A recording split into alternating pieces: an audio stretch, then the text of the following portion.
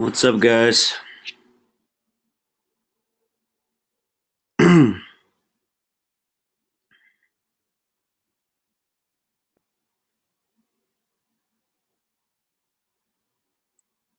everybody hear me okay?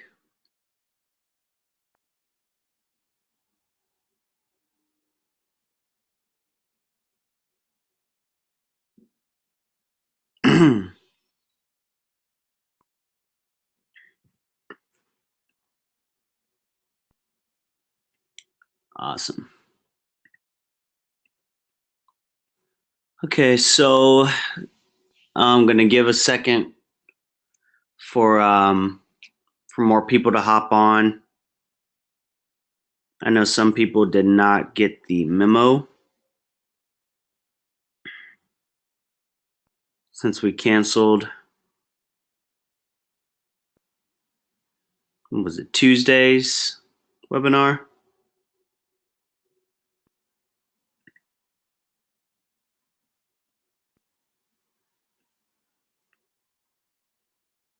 So I want to give people a chance to hop on.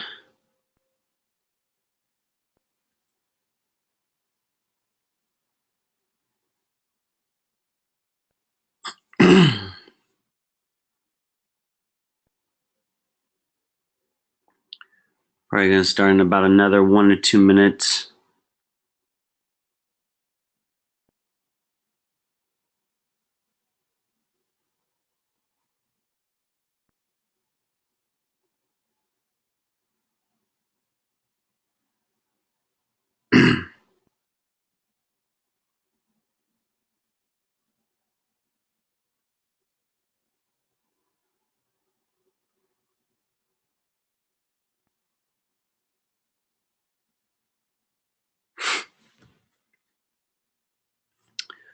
Alrighty. So risk disclaimer, personal disclaimer. The things that you learn on this session, can use them at any time. So don't judge tonight's trades off of a 24-hour market. Alrighty.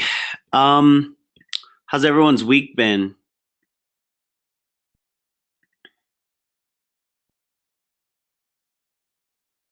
I just got back from Vegas earlier today, about 5. So I'm still pretty tired, which I don't understand why, because I didn't do anything my last night in Vegas. So I think it might be the meds that they have me on for my back.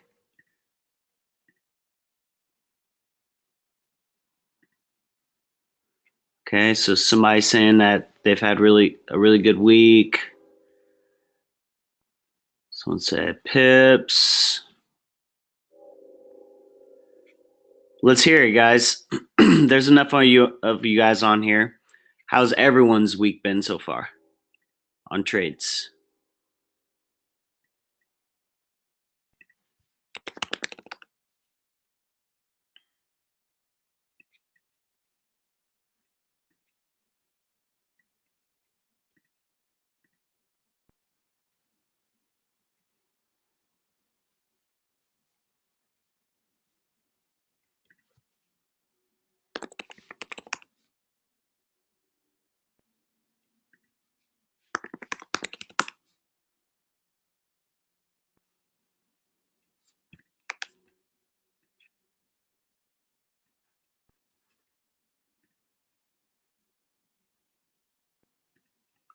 Thumbs up. Took a loss yesterday, but had a trade from Sunday that came around. Been a bad week for me. 4 out of 2, or 4 and 2. I'm sorry. 100 pips this week. Okay. So like normal, pretty half and half.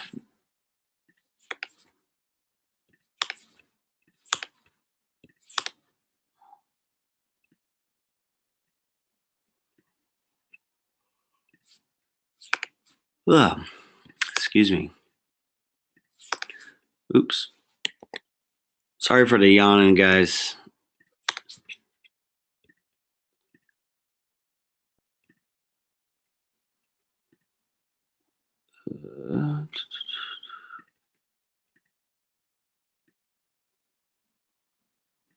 Like that area.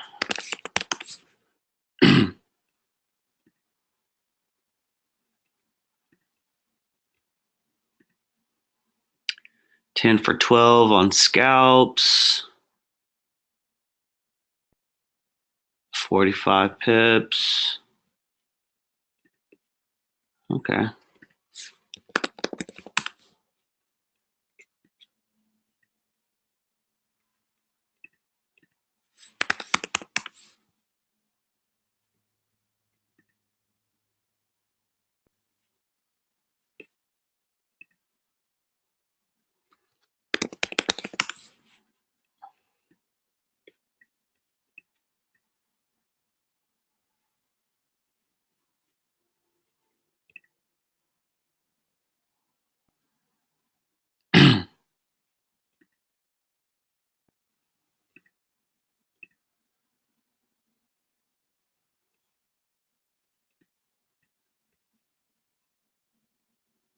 Hmm.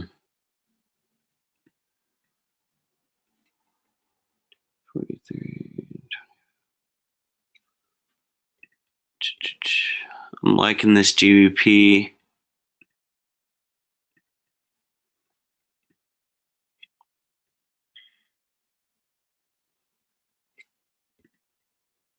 And euro.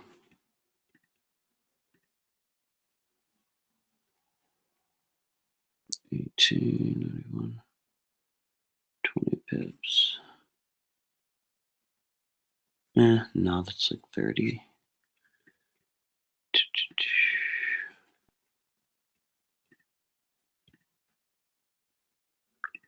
I'm thinking we grab these while we can.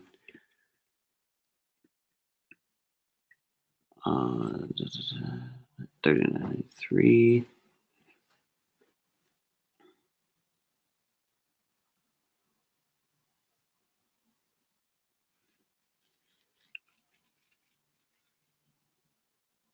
All right, guys, let's go ahead and take a buy on GBP USD. It's already on its run. We'll just have to prepare ourselves for any type of drawdown.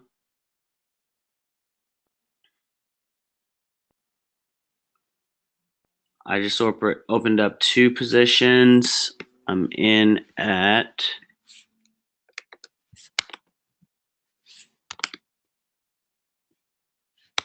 48.0, 39. Oh, they're at the same spot.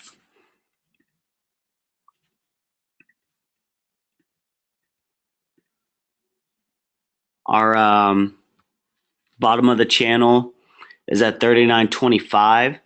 So there could be like maybe 30-ish pips of drawdown, maybe 35.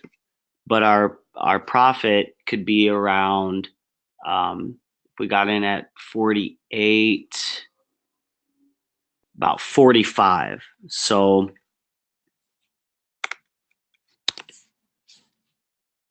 it's almost 1-to-1, but it's not too terrible. Now the thing is it's Thursday, so will it hit tonight? That's the only thing. So I'd like to see it, push. So we'll try to pull as much as we can out of it before our session is over.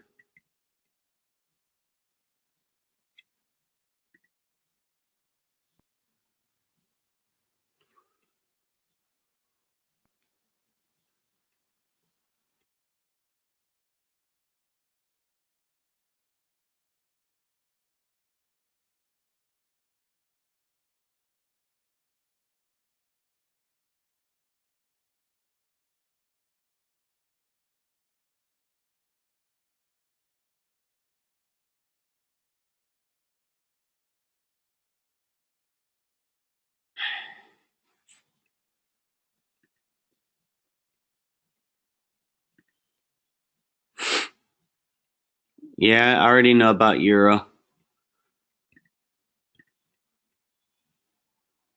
I'm not sure if I want to take this one though.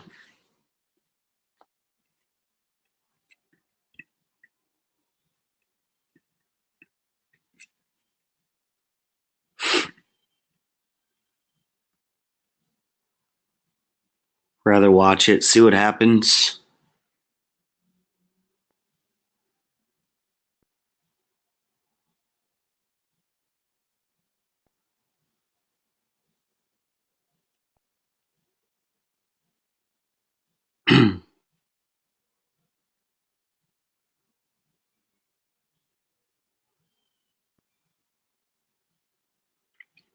So let's hear about some of you guys' trades.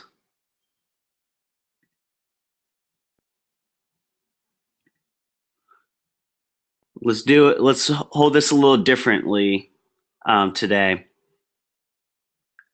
Or actually call out a trade that you've lost. Call out the pair, what your position was, whether it was long or short, and your entry. And let's take a look. I'll take the first 5.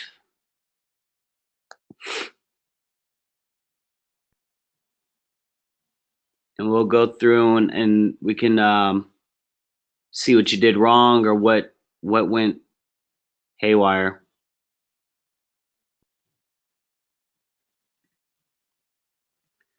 Okay. Someone says Euro AUD going short and got in at 78.65.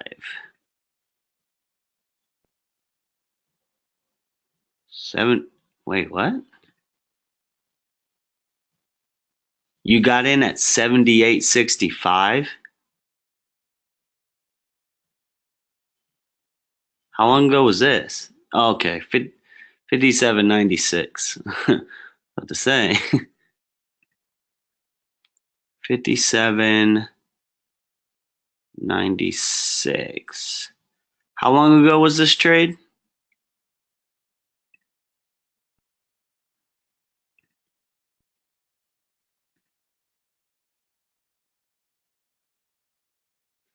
Tell me trades from this week, guys.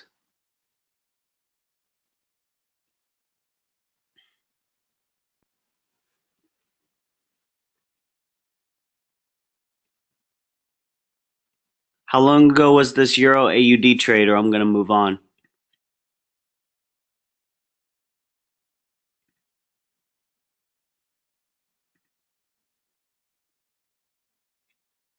Before the impulsive candle going up, it was a couple hours ago. Okay. So, actually, I shouldn't have moved this.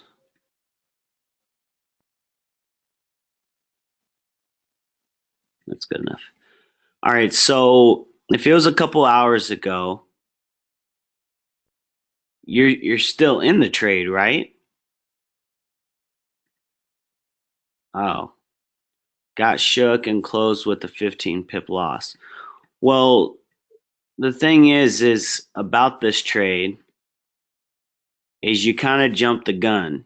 If you were trying to scalp this, I can understand the bottom of the channel here, and then you finding um, this candle or this wick here, this like parabolic crescent here, and you saying that's okay.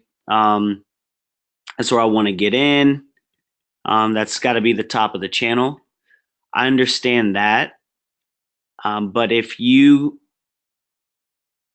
hold on, let me make sure I'm looking at this right before I make myself look dumb. So you got in a few hours ago. Your candle should have been drawn at the wick.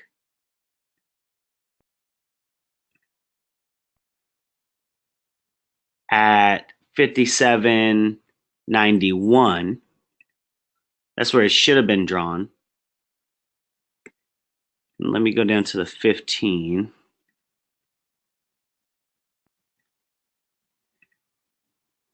Textbook would have been here for entry. So I'm trying to understand what made you hop in at 96. I mean, it ended up rallying back up anyway. But I'm trying to see here because the thing is this trade isn't completely done. You still have potential for it to come back into the structure. So I just want to make sure.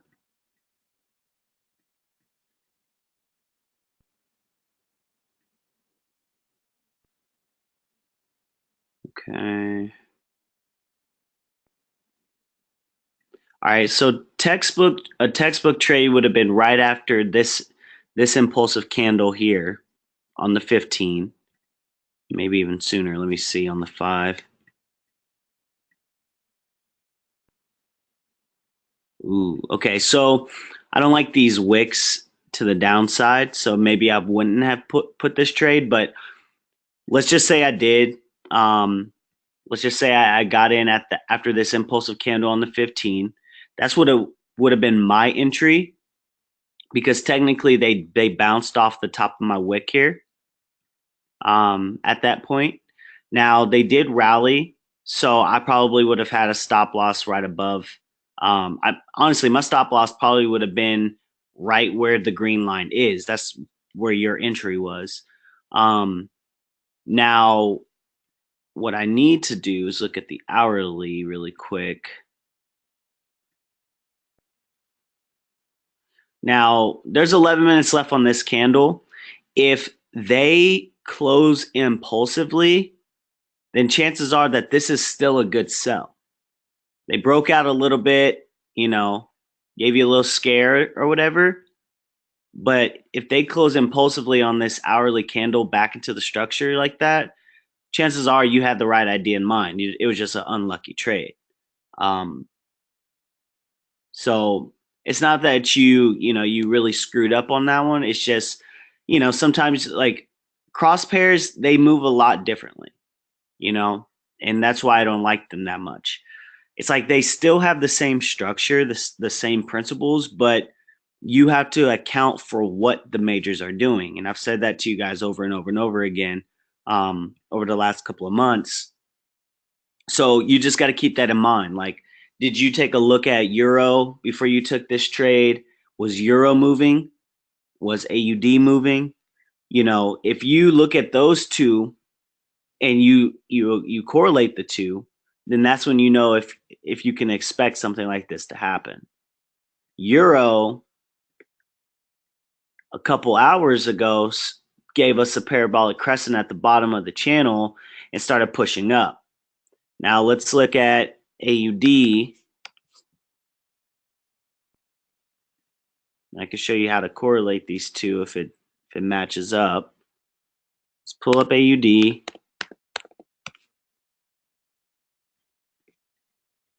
Okay, a couple hours ago, AUD started doing the same thing. All right, AUD started doing the same thing. So let's look at this equation. We have euro I'll do it in a second. And then we have AUD.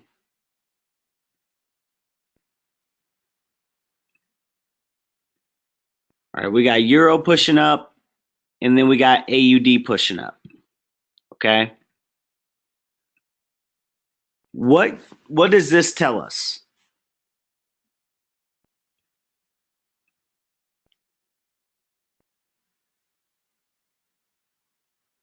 Anyone know the answer? When this happens, when you have both your majors pushing to make up your cross pair, what does this tell us? I see somebody got it. Jessica got it.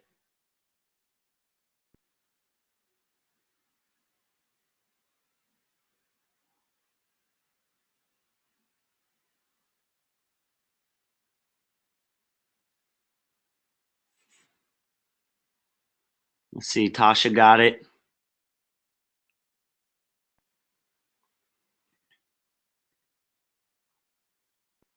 Caesar got it. The correct answer is a consolidation. Whenever you see this happen, chances are you're going into consolidation. Now, the thing is like you're probably wondering, oh no, like it didn't consolidate, it pushed up. But in the grand scheme of things, this most likely is consolidation. On a higher time frame, it's probably going to just look like it's going sideways because this is barely any movement. If we calculate from the bottom of this, or actually, yeah, we could do it from the bottom of this, from 57.68 to 58.26. It's like 50 pips. It's a 50 pip range. That's really not anything at all. They could easily come right back to that right here and here and make this a channel. Okay. So, it's not that you had the wrong idea in mind. It's just that, it's a cross. They move weird. You had the right idea. You just got a little bit unlucky. Let me look at another one.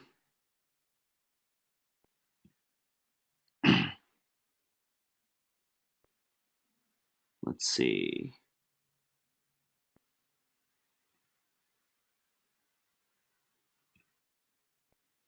All right, so somebody says Euro NZD.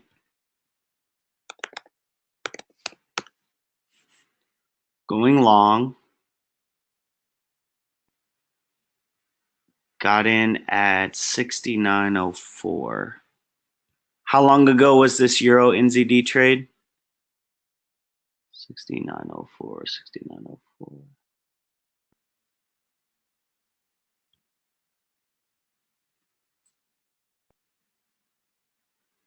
Okay, it was last night. Oops.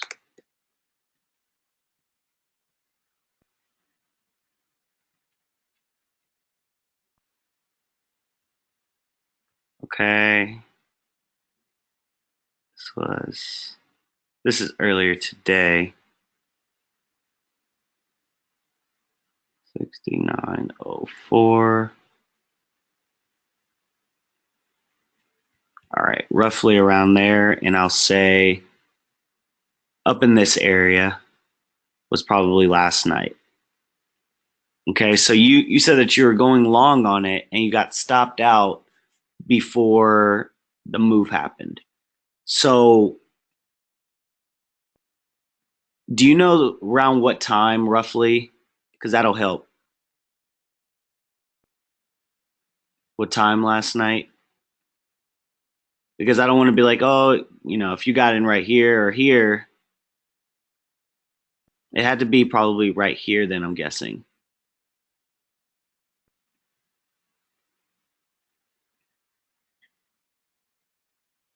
3 a.m., maybe 4 a.m.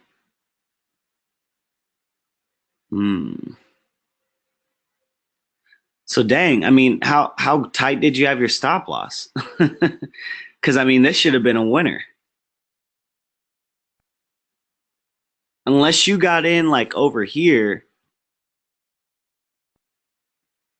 which you're saying you didn't, and your stop loss was like down up in this area, then you just had your stop loss entirely too tight.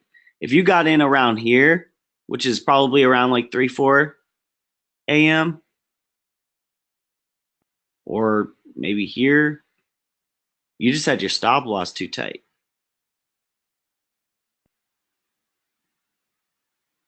Oh, well, I mean, you had a good trade.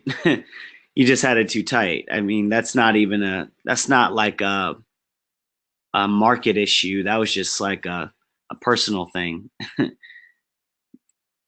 Usually you should try to do 2 to 1. So like if if your take profit is 50 pips, your stop loss should be 25 pips of wiggle room. Okay. So you had the right idea. It would have been a good trade. Just let it breathe a little bit and you'll be fine. All right, let's look at our trade here. How's this going? All right, so it's just 1 pip of drawdown.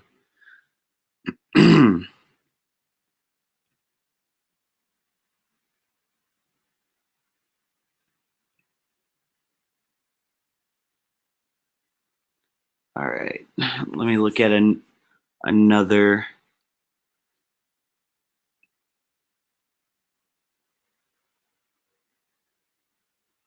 USD Jappy short 106.01. This was a loss.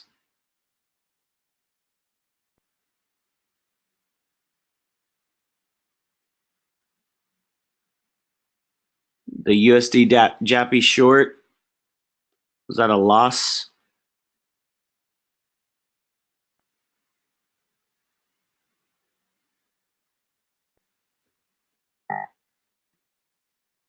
Oh, then I'm not going to look at if it's still in it. Guys, you got to listen to what I'm asking you. If you've had losses in the last couple of days and you don't understand why they were a loss, I want to look at them. I don't want to look at trades you're already in. All right, NZD, USD yesterday going long.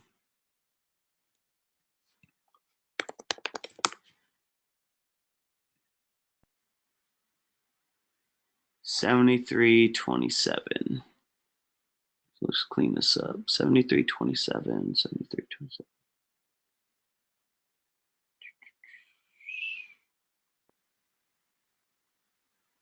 Okay.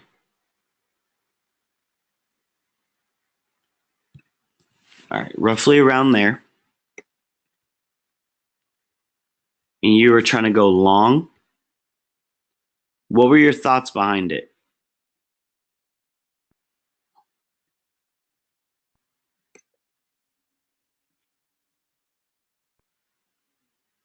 My voice is kind of shot, by the way, guys.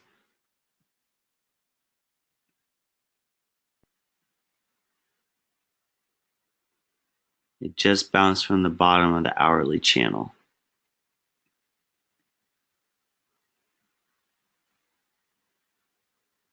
So you're saying just this little bit here?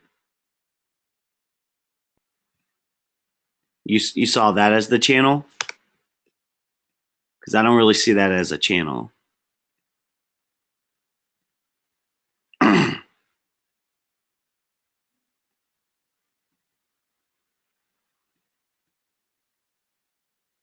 Trying to ride it to the top. Honestly, I don't really see that as a channel. I see like areas like this as a channel when there's wide space. I think you were kind of just, you had the right idea in mind, but it was too tight to consider this a channel. This is just like, it's just crap, to be honest. Crappy movement. This is a channel to me. Like where it's wide open, they're playing within it, especially on the hourly time frame. So like you guys got to realize like on the higher the time frame, the longer the channel is most likely going to last. So this, this was probably like 1 day or something like that. Well, let me see. This was 13th. Yeah, it was just 1 day, which can happen with the channel. But the thing is like normally you're going to see wide swings, especially on an hourly channel. So, you had the right idea in mind, but I wouldn't have considered that at just that area as a channel. I would have maybe seen it as like, okay, maybe this is another area from this channel. So this is the bottom of the channel. This is the top. That makes sense. It kind of changes the dynamic. Now, in terms of your entry, you said it was what? Let me see.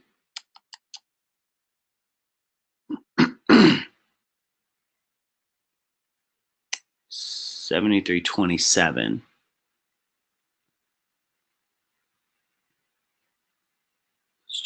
color.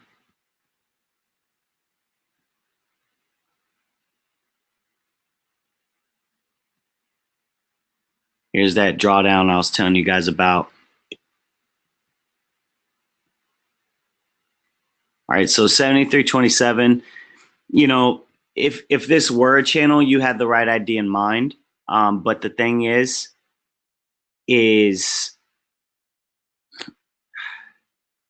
I don't know. I'm trying to get into your frame of mind on the trade, on how it could have even made sense, even if your channel was wrong.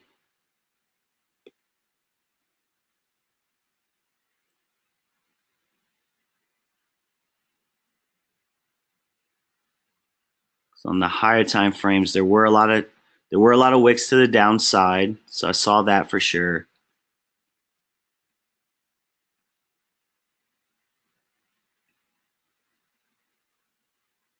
You said it was last night. So I'm guessing it was either in this, and no, probably a little bit further over. Was it in this area?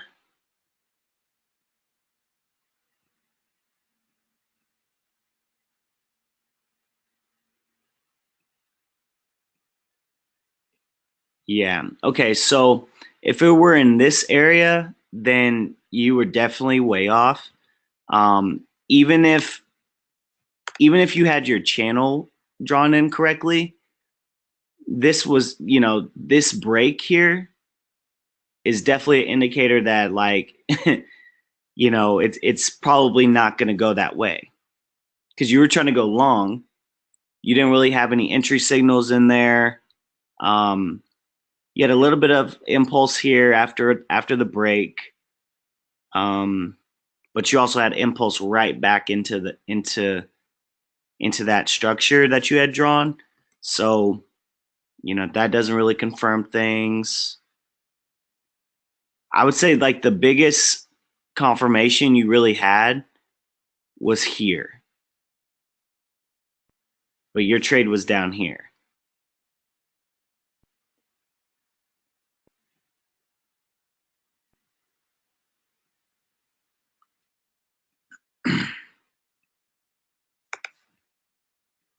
Trying to read you guys' comments.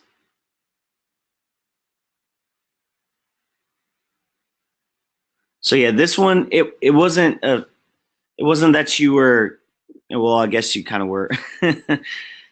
I guess it was just your channel. If you would have drawn your channel correctly, you would have had a better trade. You would have been able to see things a little bit clearer.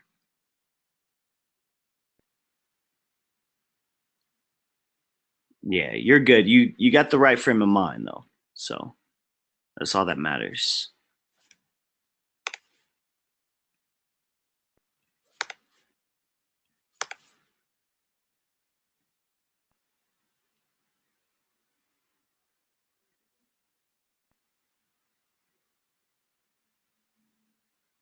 What trades did we take the other day again? It was like NZD. I remember NZD hitting stop loss, and then it came back and did what it was supposed to, which is annoying. And then it was GBP. So did all you guys profit off of that GBP the other day that we took together?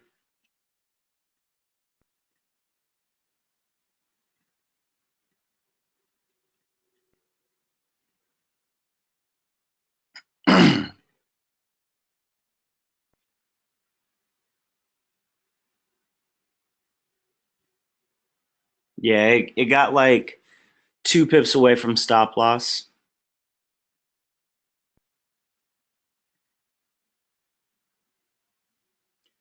How did you guys hit stop loss before it moved? I knew it was close, but it didn't get that close.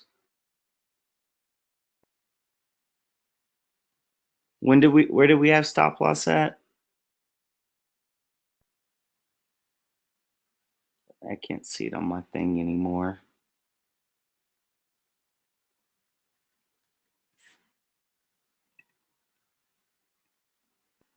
How? How did so many of you guys? 3902.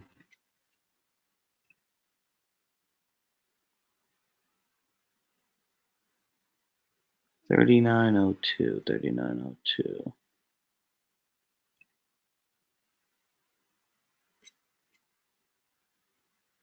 But it was a sell. Okay, so wait. I'm finding it there. So you guys got stopped out because of these two wicks? Because the top of this wick is at 38.98. Either you guys had like humongous spreads or your broker is trying to screw you.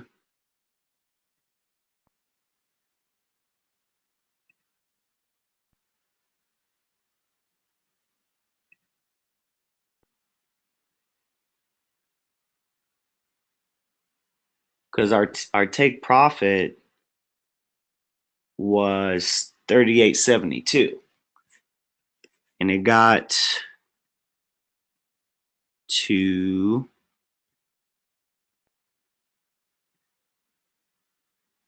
38.72. 38.72.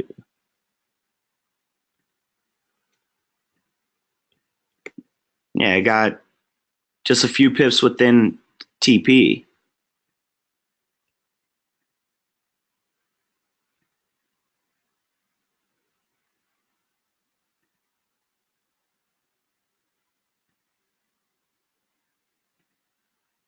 Trader's Way.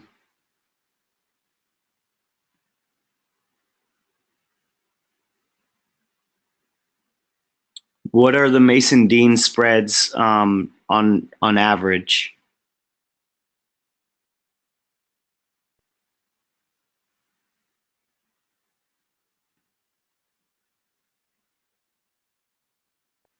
Huh.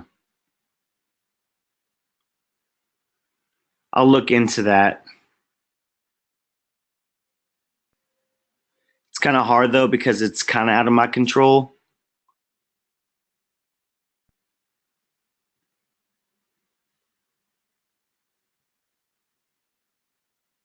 But I can go to bat.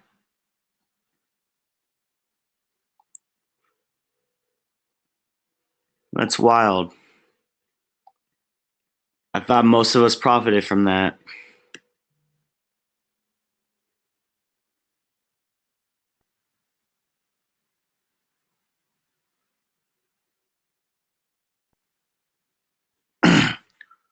Well, we'll have to get that back for sure.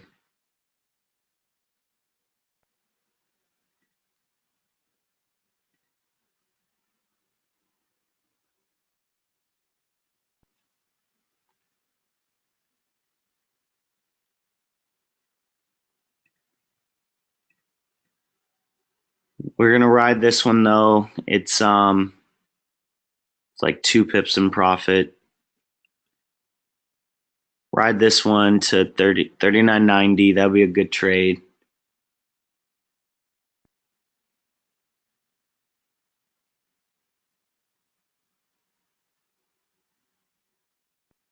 Really need some water or something. My voice is so shot.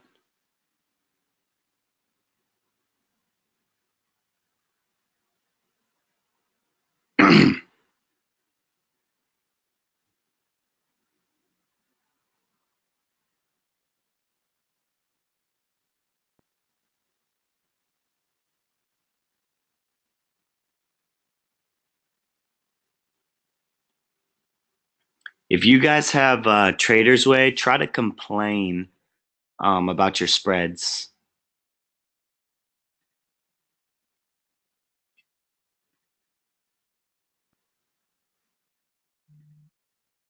Threaten to change brokers if they don't adjust your spreads.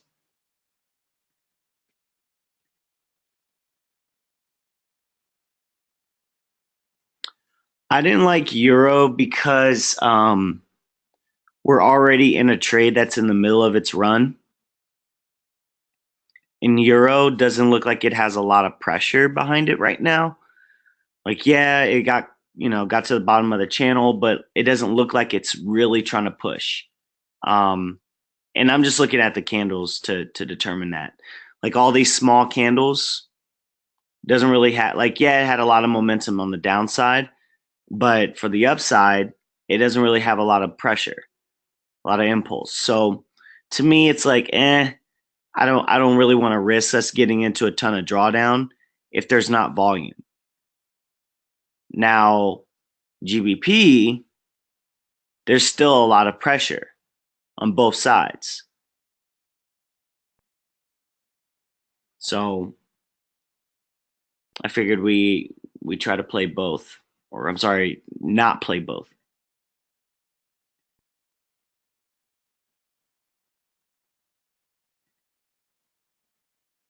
Traders way they might lower them for you. Honestly, if you complain and threaten to switch brokers, if they don't lower your spreads, then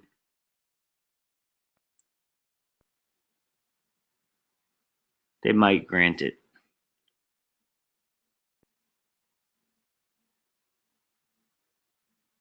I've never heard of LQDFX. Never heard of that.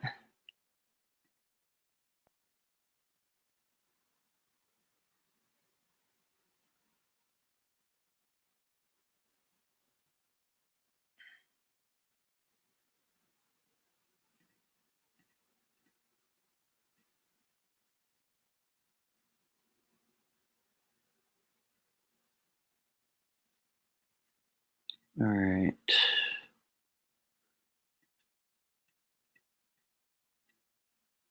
I told you guys I doubled up on this one, right?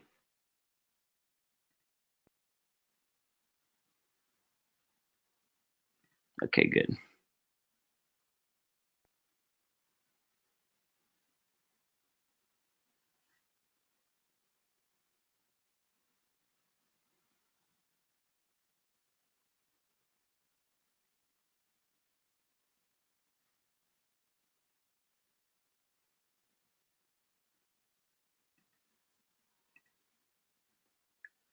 All right, so just a waiting game for now.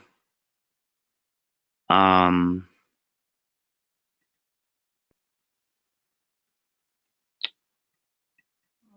think NZD was looking good. Actually, no. I don't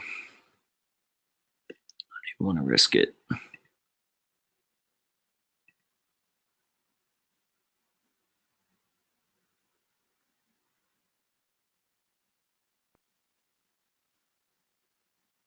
I like this wick. I wish we were on when that wick happened.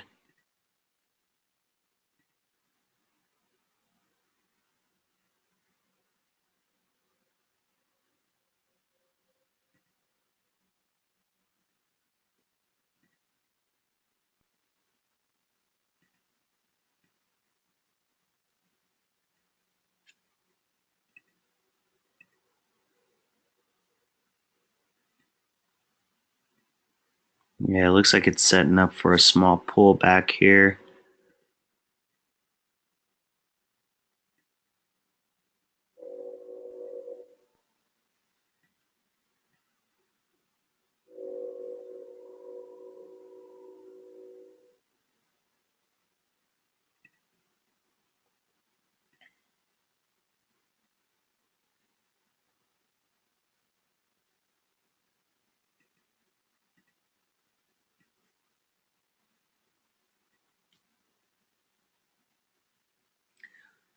So the longer term trades that we're in, we had some relief and then came back on us. They collected some equity. I'm still riding with you, trust me. It's not fun at all. But we're still good. The price action's still good. On the daily, It's still fine. It's just a waiting game, honestly.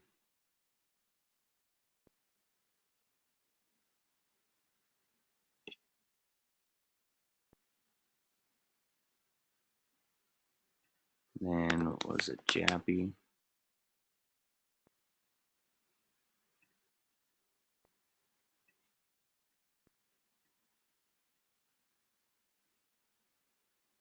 Yeah, so it's just a waiting game, unfortunately.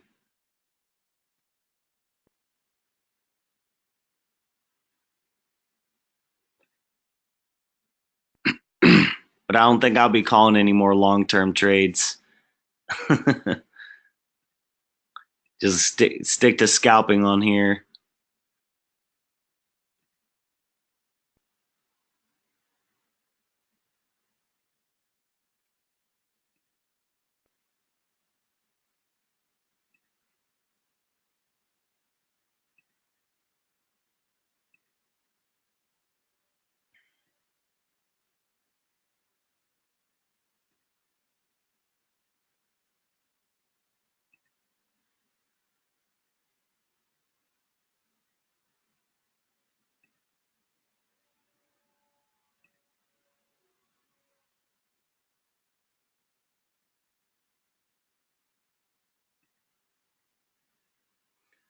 I'll be right back, guys. I'm gonna get some water.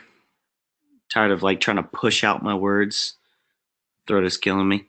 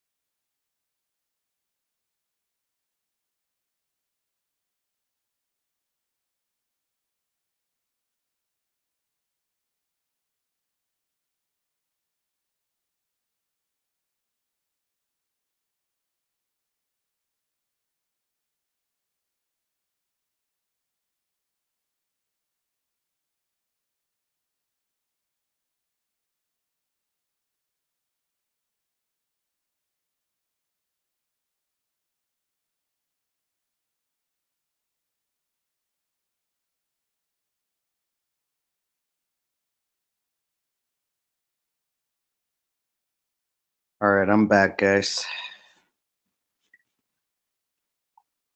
Sorry about that.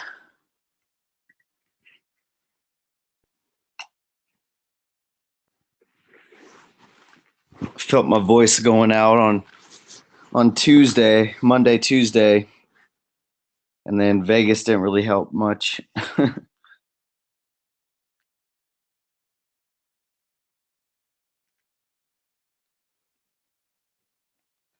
All right, so I see our trade hasn't really done much yet.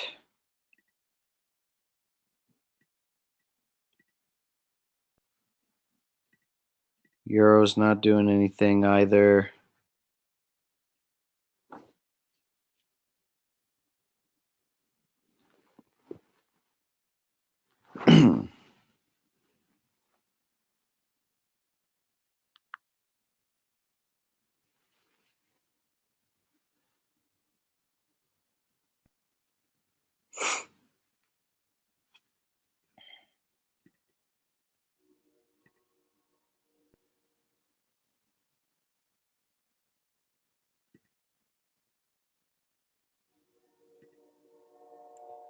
Jappy is testing my patience. I finally understand what you've been saying. Yeah, you have to really be built for it. And I can admit though, our entry isn't the best. Now that I'm looking at it, or the more I look at it, I'm realizing our entry could have been a lot better. Maybe if we would have waited like 1 to 2 more weeks. Um, but it's still a situation where your mind has to be built for that emotionally. Like looking at the red numbers or looking at a trade in drawdown, you have to kind of like settle your emotions with it.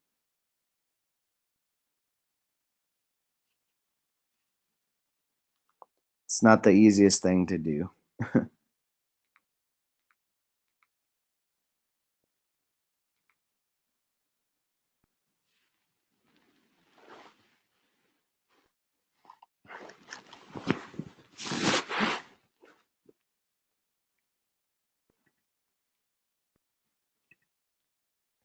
Trust me when I say I've dealt with this a million times.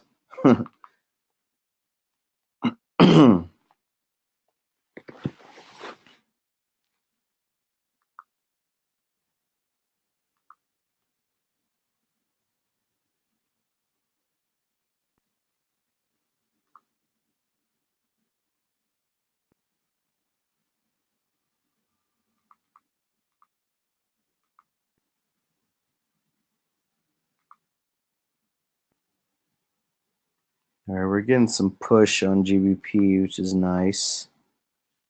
Nice if it keeps pushing.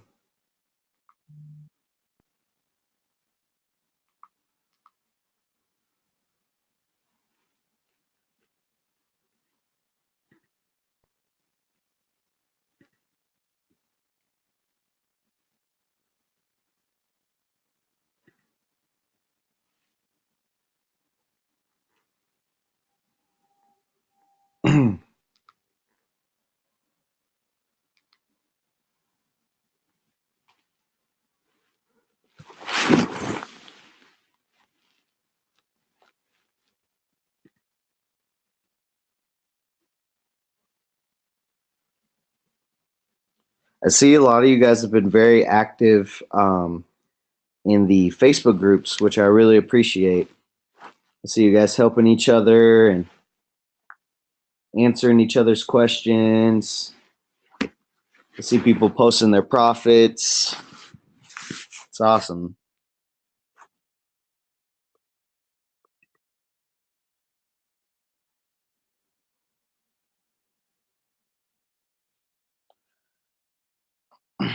On the hourly for GBP, it's in level 4 consolidation. What would be a good indicator if it were going to reverse downward?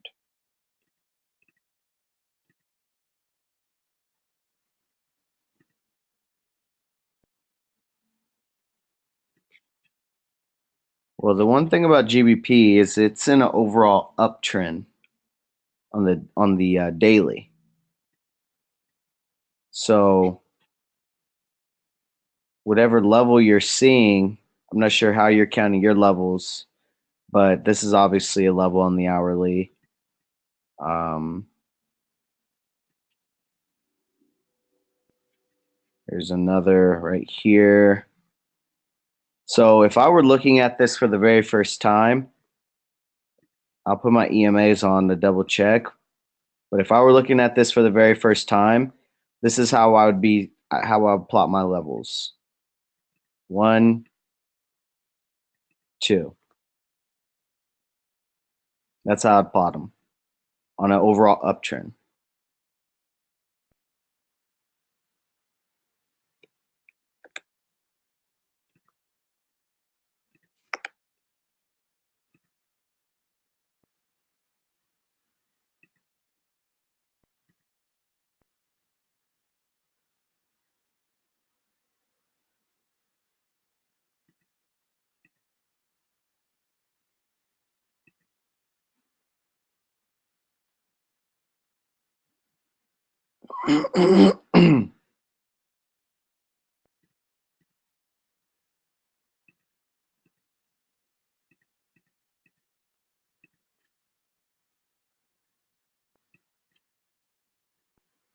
Oh yeah, so the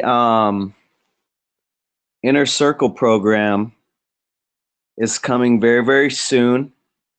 Um, that's actually why I went out to Vegas. Was because I had a meeting with my new partner Dan. Well, he's not a new partner.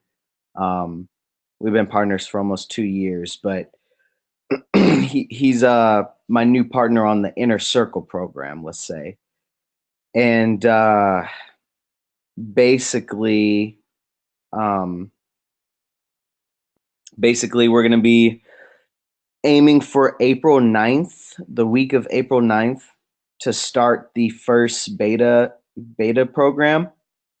So it's going to be a 5-day session or 5-day hands-on session with Dan and I, and we'll be teaching everything live on how to start and grow your own brokerage firm. So it's going to be anything from the regulations, legalities, liquidity providers, everything really, marketing, sales, all of that. So it's going to be pretty cool. We're finishing up things, but we actually met in Vegas so that we can have like a sit down about everything and finish up all of our like fine details, I guess you can say, um, to get ready for it.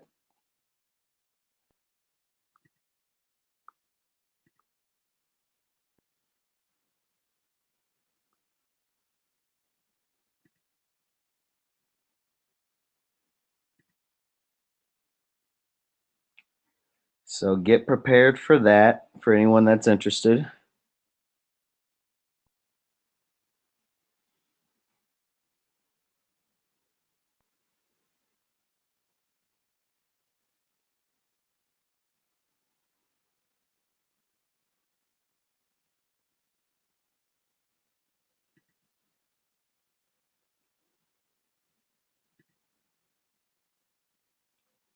What is the initial cost of setting up a brokerage? Um, it really depends because there's so many different things behind it, and we'll actually be going into that in the course. I can't give away too many details yet.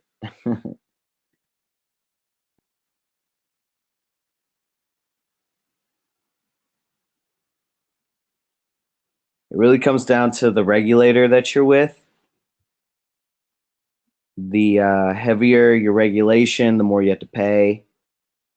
Um, what technology you choose to use. There's a lot of stuff behind it, and you know, we plan to break everything down simply so that it's a practical course and people can go and get started. We're still deciding on a price for the course.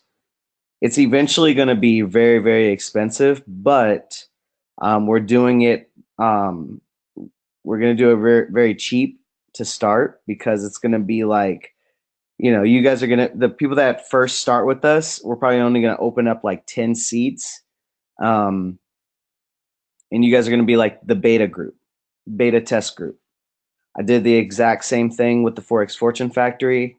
I did a test group. I had 8 people join.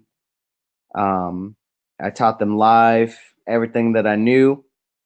And one of those students went on to make $10,000 in 30 days with the stuff that I used or that I taught him. And, he went on to be the top student and blah, blah, blah, blah, blah. And then that's how the Forex Fortune Factory started. So I'm doing the exact same thing with the beta group.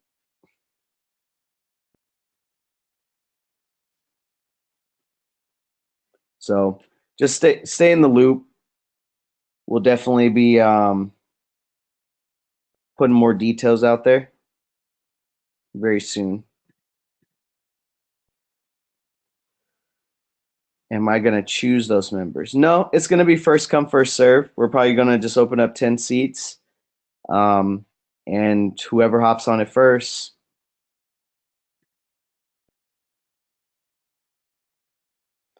How will it affect the Study Buddy webinars? It shouldn't affect them at all.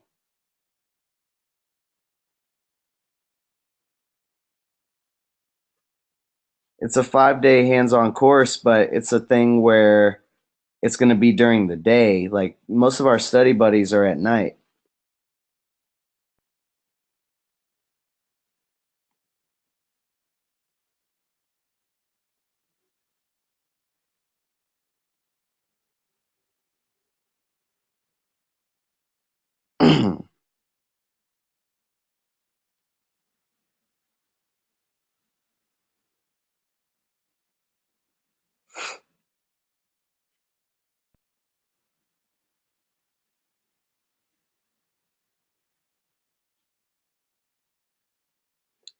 It'll be fine.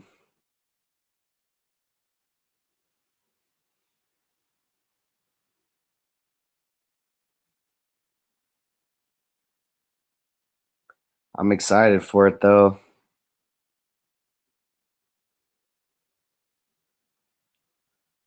All the hard work is being put up front.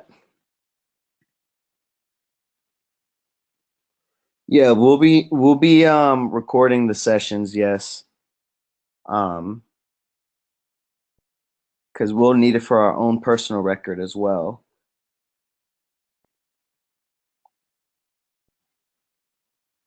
What parts we can improve on, what we should cut out, what we should add. And then it'll be a full course, kind of like the Forex Fortune Factory. So believe it or not, guys, the Forex Fortune Factory started off as a 15-hour course.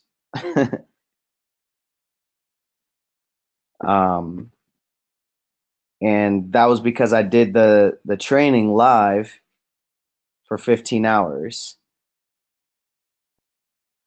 And then I was able to find what parts actually helped, what parts I needed to take out, and then I just simplified everything and turned it into, what it is now.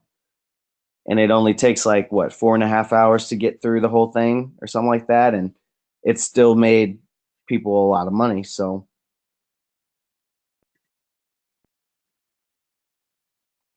I'm gonna do the exact same thing with the Inner Circle program. It's gonna be cool.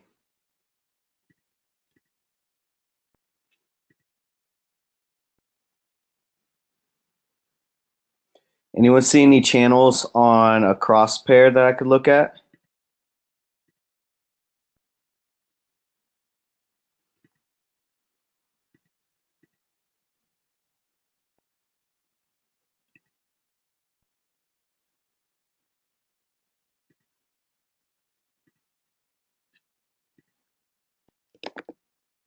First one I saw was Euro Jappy. Let's see if this is actually in a channel though. Nah, this is an impulse.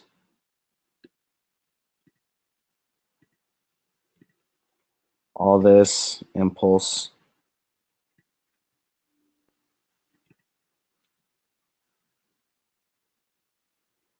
This was a nice channel though.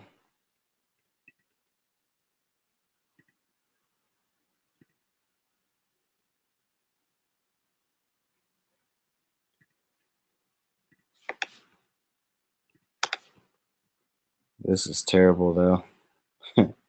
Right here. This is how I think it was, I don't want to say names actually. When we were looking at NZD and that person had thought it was a channel. Yeah, this is another one that looks like a channel, but it's not. Like it's ranging, but it's not a clean channel. Let's just say that.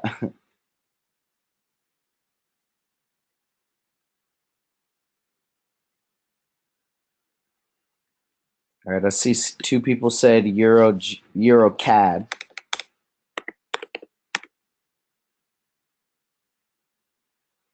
Okay.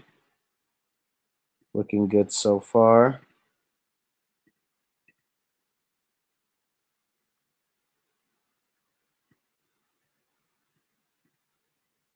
I really don't like the fact that they broke, but it's not a big deal yet.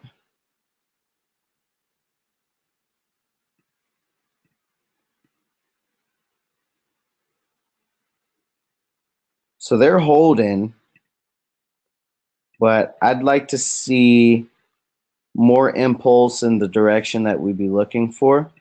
So we can watch this one and just see.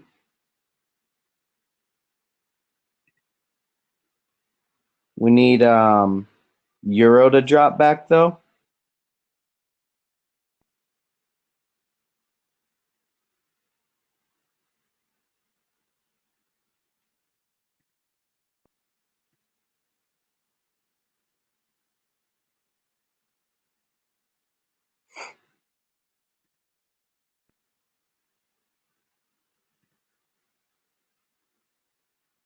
If Euro starts to drop, this will be a damn good trade.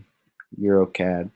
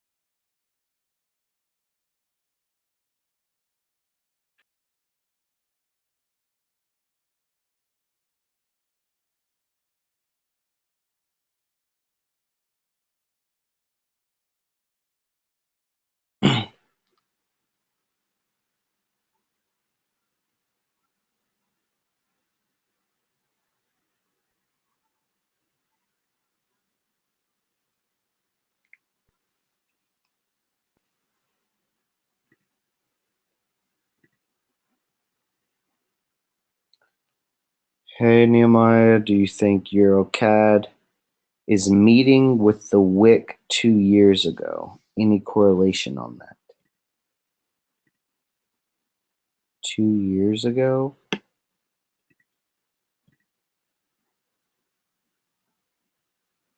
Right here? I mean, you guys know how I feel about that. If it hasn't happened in the last like month, it's most likely irrelevant. Um, like yeah, you could say like, oh, they hit this, blah blah blah blah, but they're gonna do whatever they want to do. I really don't see it as like a make or break. Let's just say that it has to do these things for people to feel smart about it doing it. Let's just say that.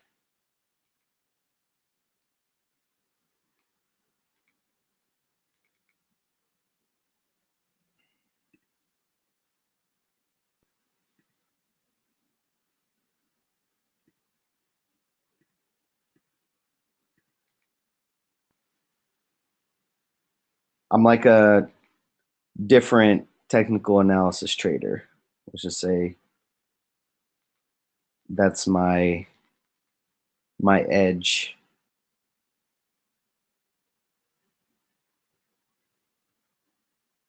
It's actually a part of my I finished up my investment thesis and stuff,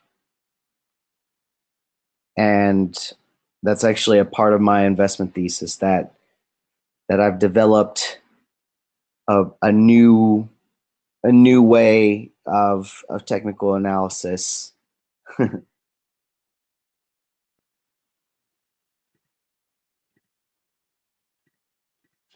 right, someone's saying Euro Jappy.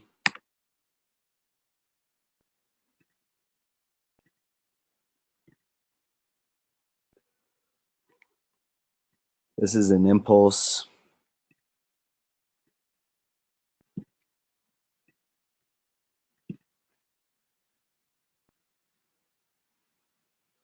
and it's not slanted enough for a angled channel. For just if it were just a little bit bigger, like if it was something like this, like maybe like that, we could play that. But this is pure impulse.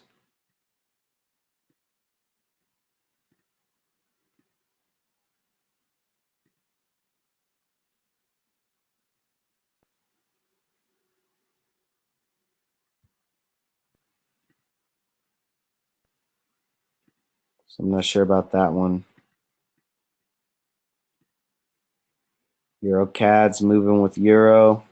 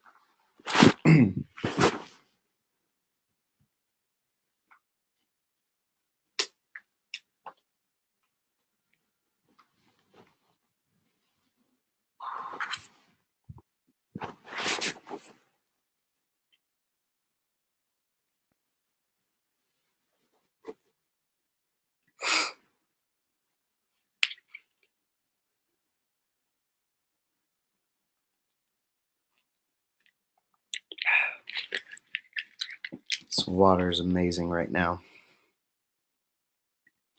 All right, so we're in GBP.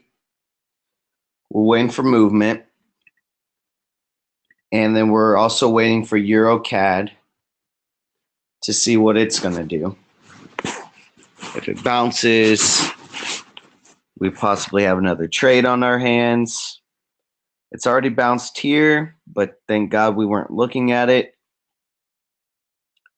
because right now they're moving very close with Euro.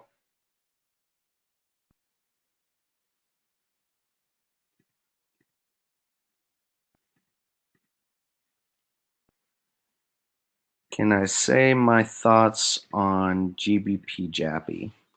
It's most likely just like the other Jappies. It's swinging a little bit more.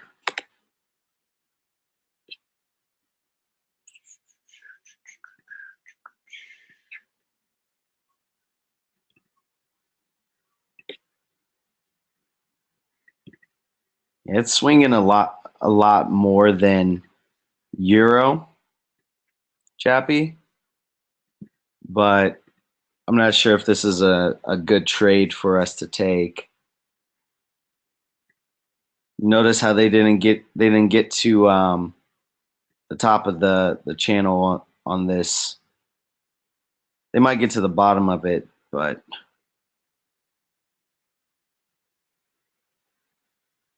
let me see. Maybe we could take it.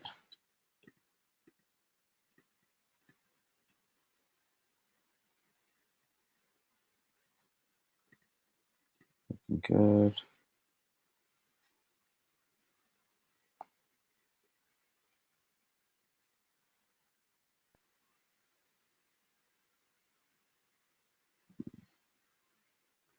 Let's wait to see how this 5-minute candle closes.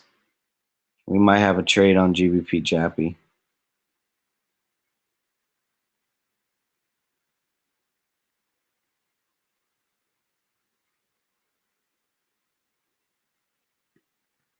Hopefully it's not eating up our profit right now.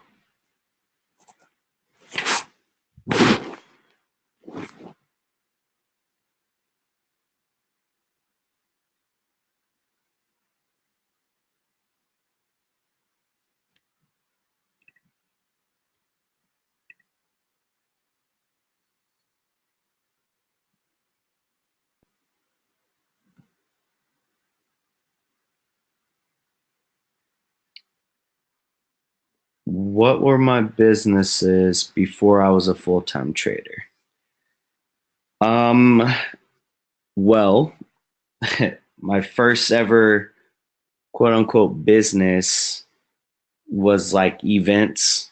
So I threw a lot of parties and events when I was still in Arizona because I went to Arizona State for a little bit and couldn't afford it after a while.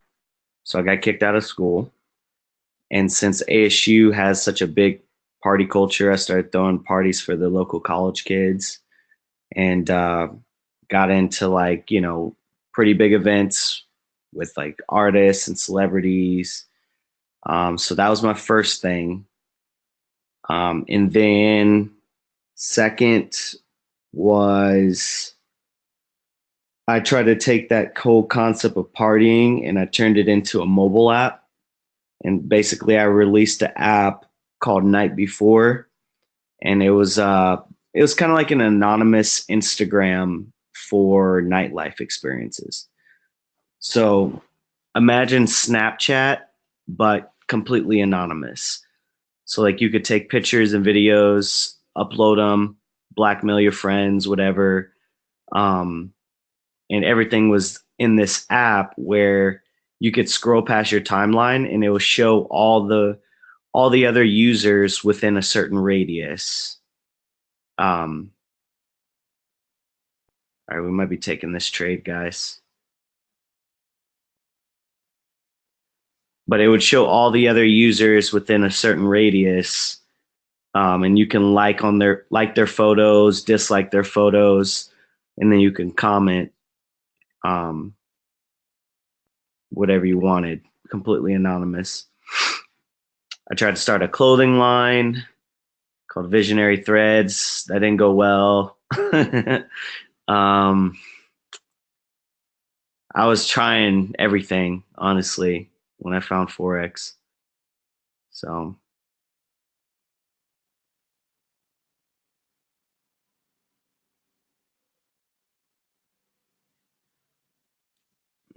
it's closing with a wick. There might be a small pullback here. I don't want to hop in right away.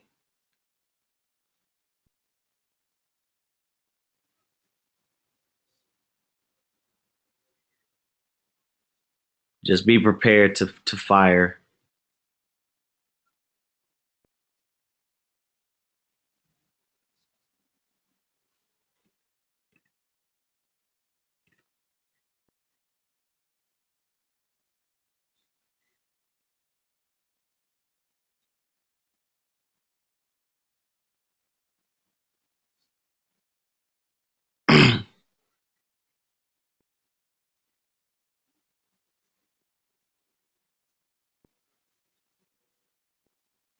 See how the momentum slowed down?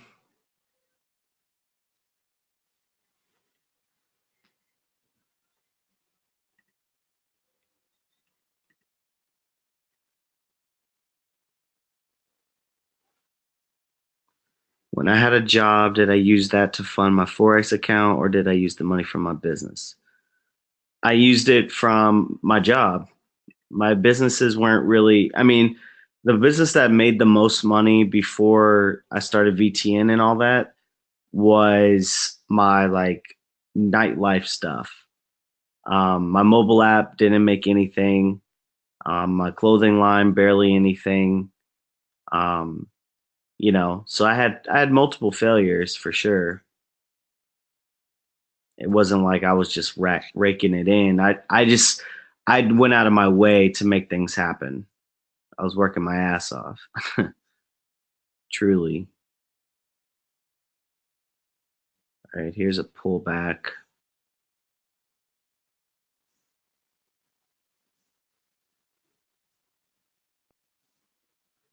See how little details can definitely help you out. We were getting ready to pull, but they closed with this wick on the last 12 seconds, and we would have been in drawdown right now. We just saved ourselves that. So let's see how they close this candle now that they're pulling back.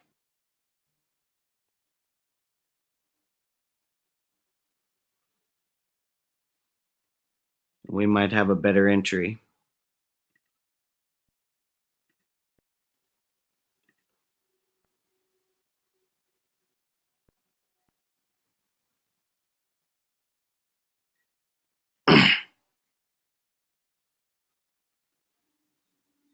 Wow. Patience, guys. It can save you. We'd be in 20 pips of drawdown right now. Just like that. If we would have pulled too early and they didn't show us this wick yet in the last 12 seconds of the candle, we'd be in 20 pips of drawdown for no reason.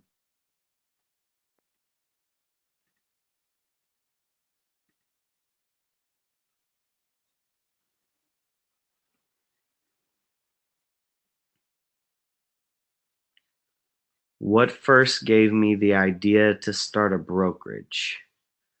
Um, I mean, I would say just like the desire to want to keep leveling up. Um, I don't know if it stood out before, but like I like to build businesses around my passion, whatever my passion may be at that time. I like to build a business around it. Um, and I want to level up and go to the next level as I get further along in my path, and resources open up to me and I'm learning more and so on and so forth. Like I don't want to just stay in one spot.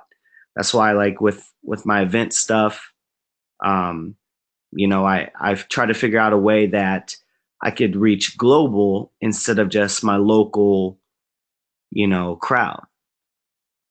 And that's where the idea for my mobile app came. It was like the same concept, because the thing that I forgot to mention was these parties and events that I was throwing, I would film them or I would hire a film crew. And I was like, how can I take that same thing and make it global? And I beat my head with it. Hold on. I want to see how they start this candle off. If they start pushing for short, we're going to take one.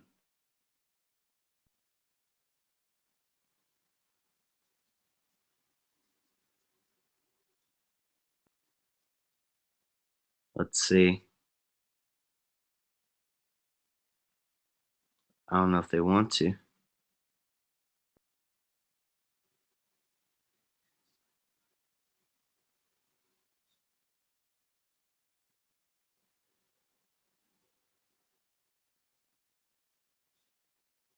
All right, guys, let's take a sell on GBP Jappy.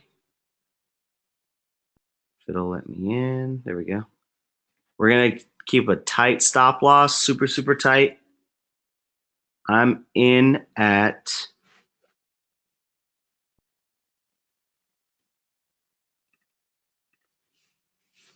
shoot.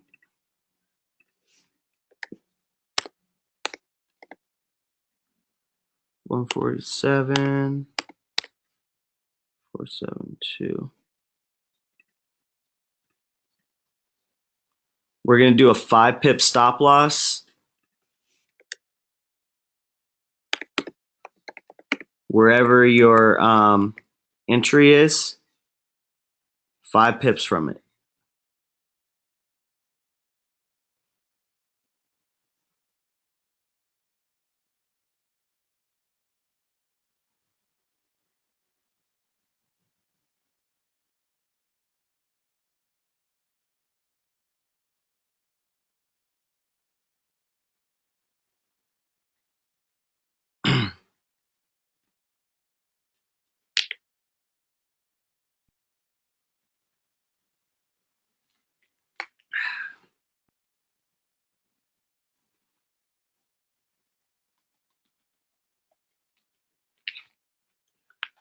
Okay. But yeah, I mean, to go back to the question, like I guess it's just the idea of wanting to level up. I mean, that's why I'm starting my hedge fund as well. Um, I just want to always be growing.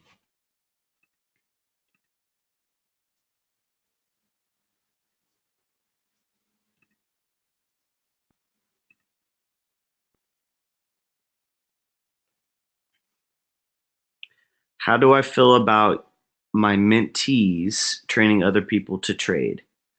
I'm fine with it. Honestly. I would love that, honestly. Like as long as like we're and let me rephrase all of this. I'm fine with it as long as like we it doesn't become like this war or you're not like crossing lines and stuff like that because that's happened already and it's annoying because it doesn't have to be that way. If you guys are ever thinking about starting your own thing, you've learned something new. um like if I was your foundation and if you've gone on to learn something new that's helped your game, you've stepped your game up and you want to start a business about it around it and help other people teaching them what you've learned on your own, then I mean I can't knock that at all. um I feel like it's better that way if you guys are spreading the love too. So because I'm not going to be a mentor for forever. So now, if you're going and teaching the exact same thing and charging people for it, then yeah, I might have a problem with that. But if you've learned something new and um, it's helped you, then hey, go for it.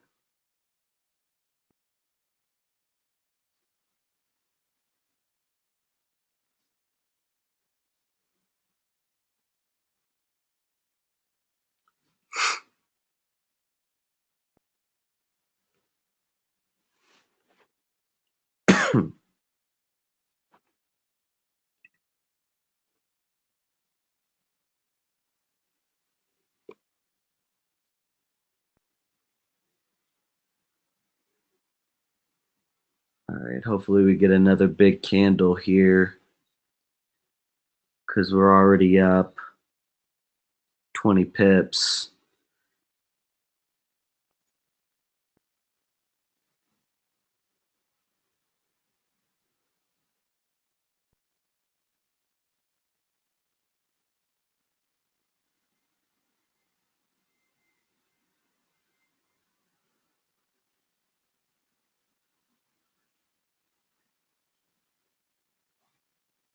What's EuroCAD doing? Closed above the structure.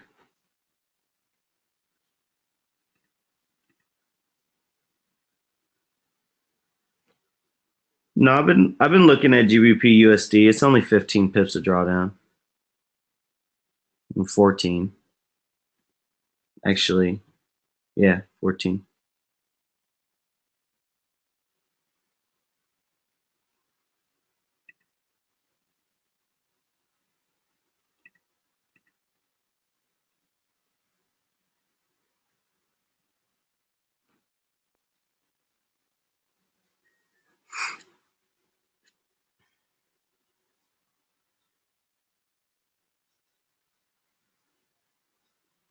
Remember you guys can always pull if you'd like. Trying to see if we could push more out of this trade. 20 pips is a really good trade though, but I'm trying to see if we could squeeze some more out of it.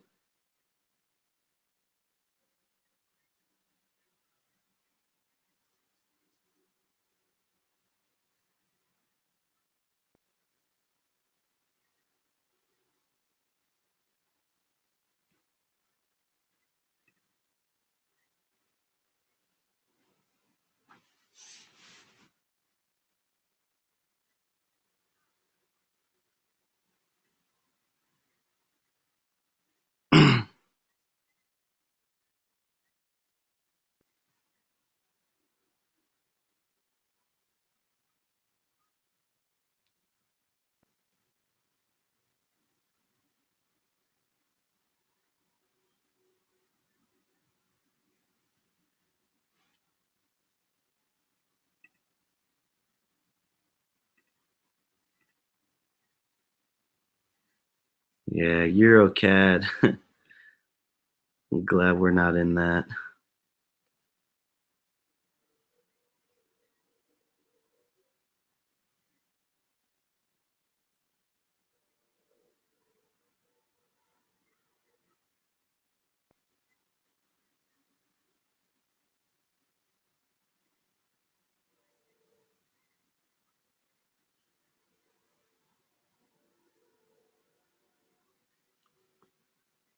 think I'm gonna close my GBP Jappy. Just want to see this candle close.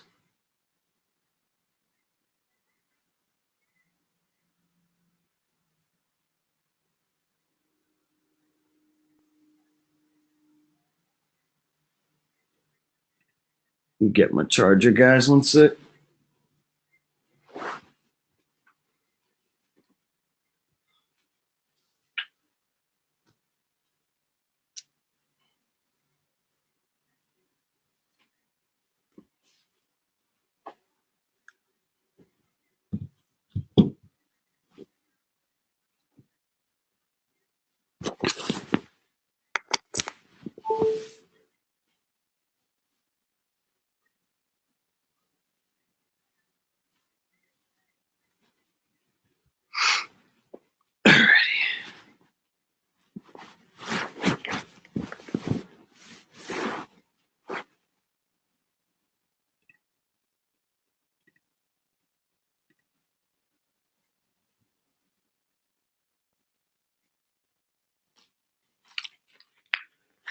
All right.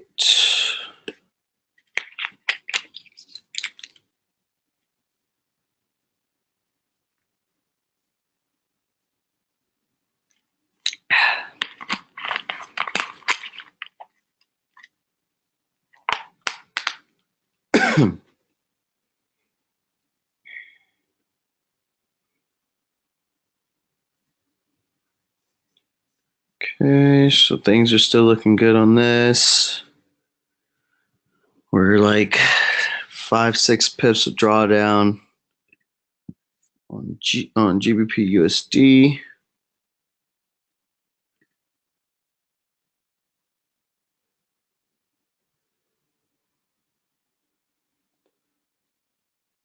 All right, I'm gonna close my GJ. I just closed my GBP Jappy. Because I don't want to bet against star GBP USD trade. There's more pip potential. There's just a quick snag. Everyone get out on that one. I gotta ask that every time because clearly some of y'all aren't getting the trades right.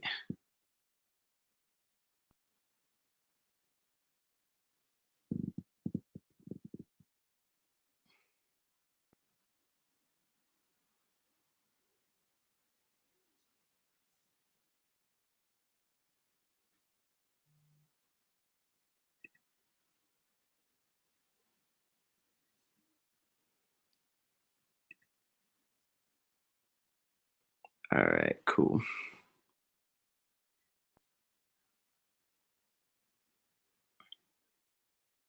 All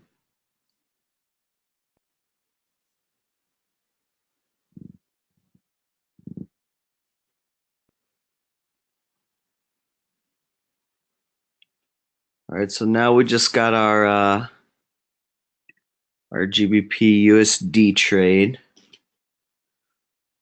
Caught a quick like 15 to 20 pips on GJ.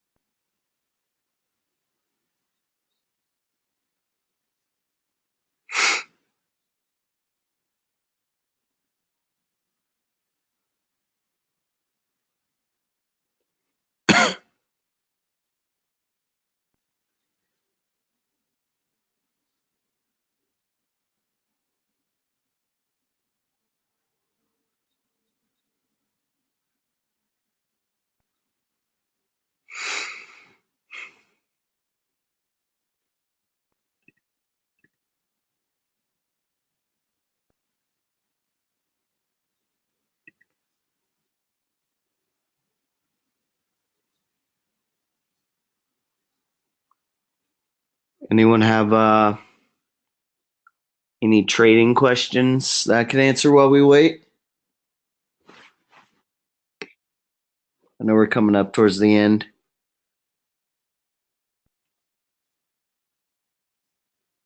Any questions about trading?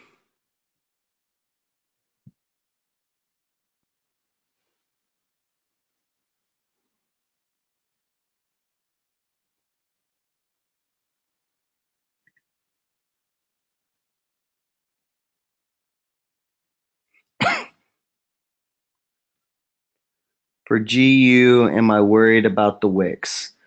Honestly, there are a ton up there. But at the same time, I was already expecting a small pullback. So I'm not like extremely worried. Um, that's what I was saying, like, so getting in at the middle of the run, we normally want to try to catch our trade down here. And you guys know that, but that's what I would say that the wicks are definitely telling us that they want to pull back, which is what we're dealing with right now. I'll be worried if it breaks past, but we'll have a stop loss and all that stuff in place already. So I haven't called one out yet, but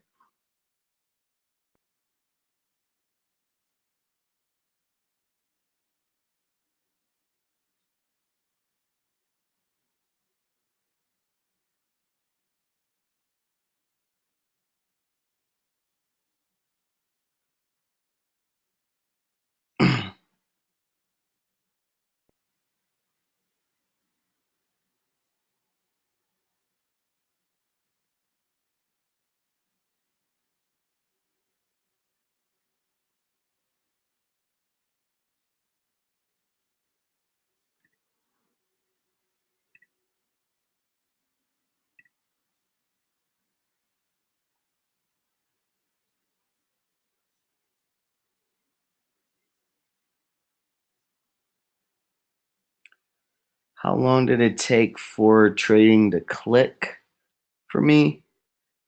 Um, well, I'd say it was like a rough 4 or so months. Um, and then after that, I quit my job, but about 2 months later. So I would say it was a rough like 4 months of ups and downs, blowing accounts and all that stuff. And it's crazy thinking back on that. Now that you asked that question, it's crazy thinking back because even when I quit my job, like I still didn't have it all together. You know what I'm saying? Like I was, it's a learning process. I'm still learning stuff to this day about trading, different setups. You kind of have to like micromanage yourself after you've made certain trades, what went wrong, what went right. You have to audit, you know, quite frequently. And it's crazy thinking back to like, when I was quitting my job and all this stuff because I'd only seen, just a little bit of money with trading, relatively. And but I still knew that like I had it right at that point. Like I started seeing more success in my trades and stuff, but like I don't even know how because thinking back on like how limited my knowledge was compared to now, it's crazy to even think that I took that leap confidently.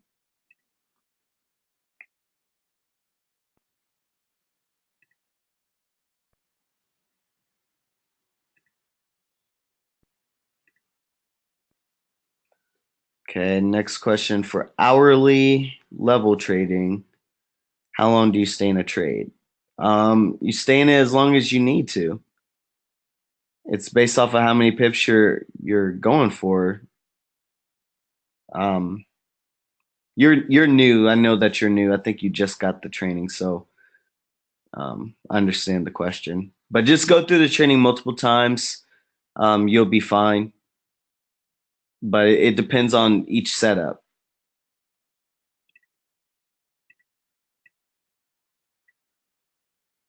right, so here's our drawdown.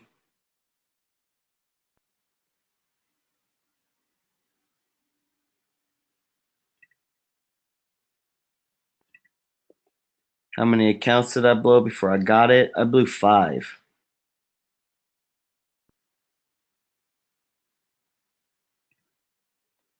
How were you introduced to Forex? I was introduced by an Instagram post.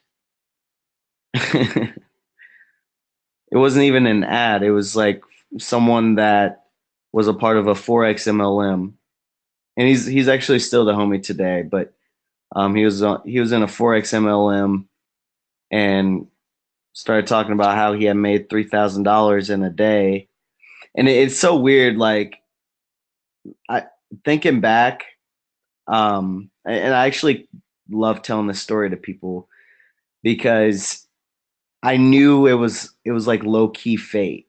Like thinking back, because remember I had my mobile app that I had launched, and I was like building a little team to help me, market the app and stuff. And one thing that we were doing is we were using Instagram a lot to promote the app. And I was buying ad spots, that's what they call them, from influencers. So all these themed pages and stuff, like they would post the app for like an hour up to like 4 hours, and I would just get like a shit ton of downloads in a day, in just a few hours. And we were doing that every single Sunday because people are mostly on Instagram on Sundays.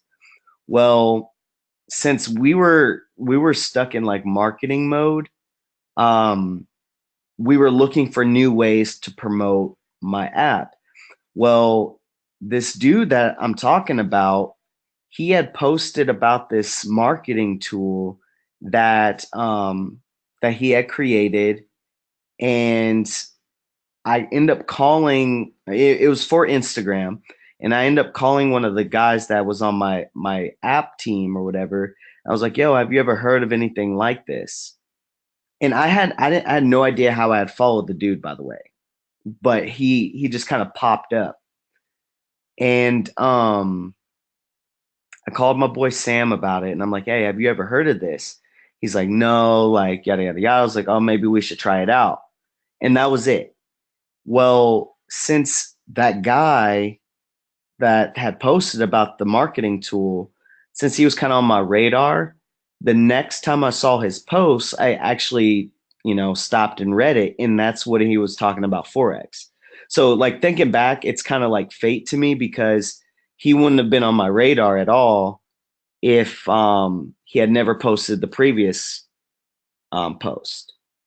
I probably would have ignored him, unfollowed him, whatever, because I don't remember following him at all. I don't know if he had like just changed his name or something, or maybe I did it on accident, but it was very weird.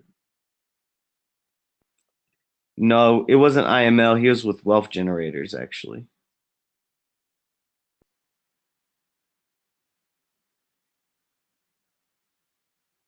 IML wasn't even on this, like, big on the scene yet.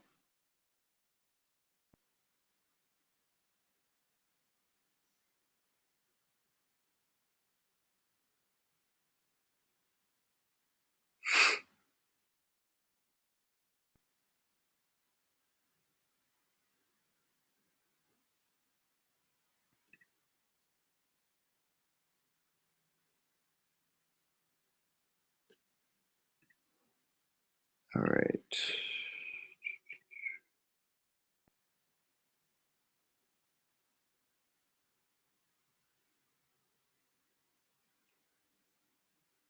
All right. So if we do bounce out the bottom of the channel, that would be great. Or if this hourly candle ends with a wick.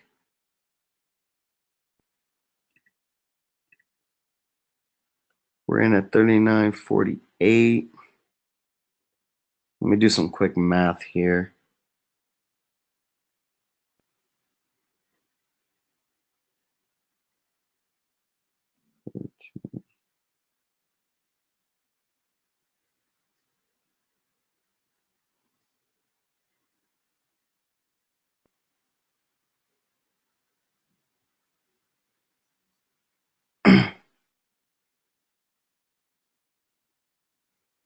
Also, if it bounces off the bottom of the channel, that for those that only have one position, that could be a second position for you.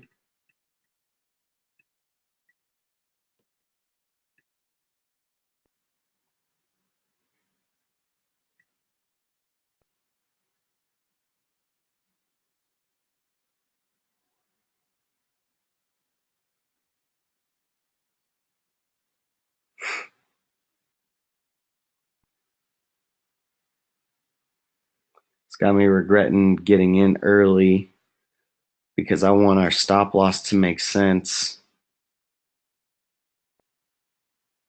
It's not the drawdown I'm worried about. It's more so just making logical trades. Because ideally, we'd get in at the bottom of the channel and then we'd have a stop loss just below this wick, which we could still do. But if it ever, if it did get to that area, that's a big loss, for only a 42 pip take profit. So that's my biggest worry right now. I'd like to see it bounce before we get off of here.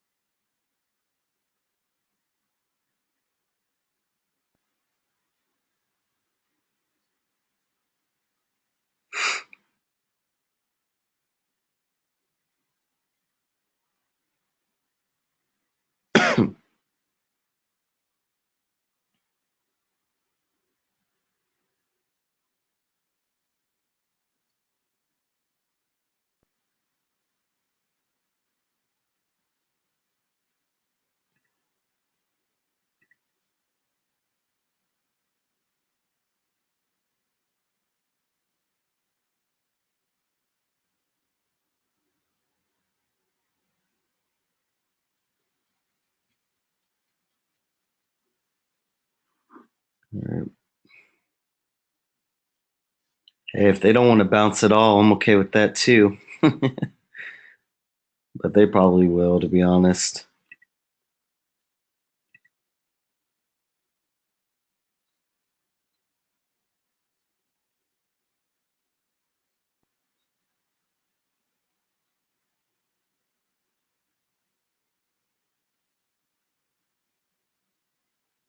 The the only broker I've ever had like issues with when it came to withdrawals, and it wasn't even me personally. Um, it was Forex Broker Inc. They end up closing down. I think they went insolvent. They were dumb. They did like a, a bonus or whatever where they gave out $100 to people for signing up with them, and it wasn't like a credit. It was like an actual deposit. If they would have done it as a credit, it would have been a little bit different. But they did it like actual money. Um, and I think that somebody, scalpers, they can turn $100 into millions if they wanted to. And like, I think that they got a ton of scalpers coming in and just wiped them out. And people were struggling to get funds out. But I haven't had anything happen like that to me personally. Um, I've only really been with Traders Way and my own brokerage, so I did the $100 thing, but I wasn't like really worried about withdrawing $100. I don't even think they were allowing people to withdraw it. But there were a couple people on the VTN team in the early days that were struggling to get their money out. I think one of them like he like threatened to sue them or something like that, and then they end up doing it like months later. And then other people, I really don't remember.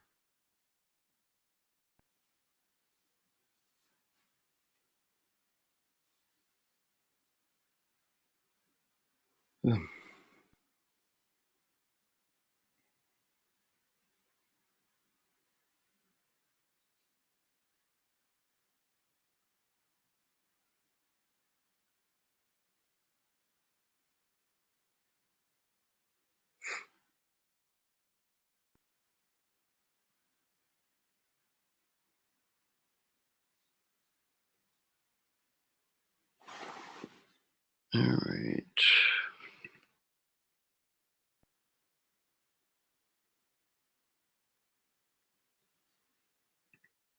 I'm gonna highlight where our entry was so we can watch. It's around there.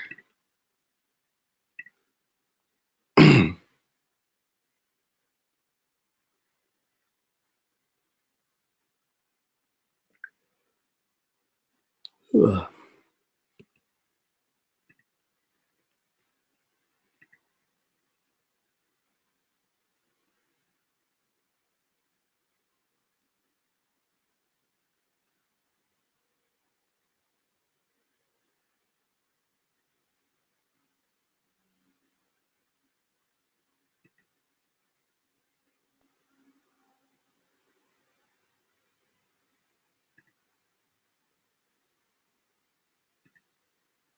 Nah, don't close on a wick.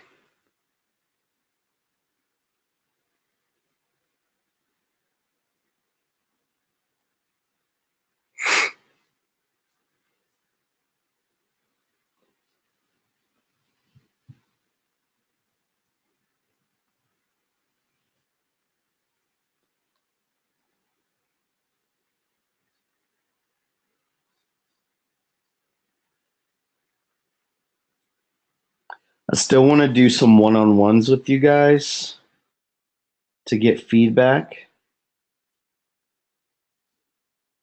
My best friend's been in town all week, but he leaves tomorrow. So I'll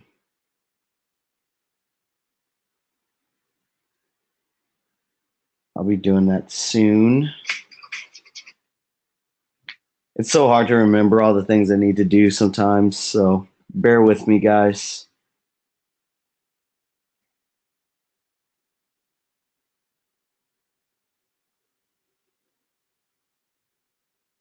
I already knew that this was going to be a big month.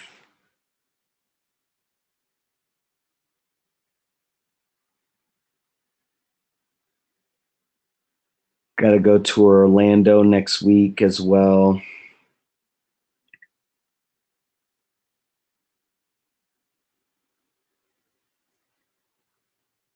But remember, these one-on-ones, they're not going to be like teaching or anything like that. I mean, I might be able to slip a couple nuggets if you guys have like some personalized questions or whatever, but my goal for the one-on-one things is to get down to what your problems are um, with the study buddy stuff. So like I want to make sure that the teachings are actually effective and you guys are making money, because if you're not making money, then that reflects me. And so because I see myself making money, I look at my accounts and stuff and I'm fine. But then I hear about you guys' stories with spreads screwing you over and um, blah blah blah blah. So I want to make sure that we're all on the same page.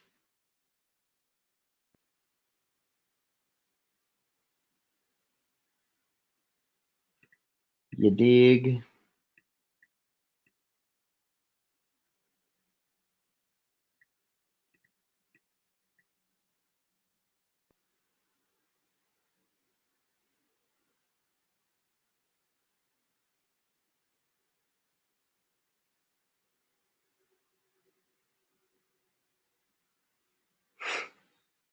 All right, so I really want to call a stop loss on this. But I just want it to make sense, man. Dang. All right, so let's do stop loss at 39.10.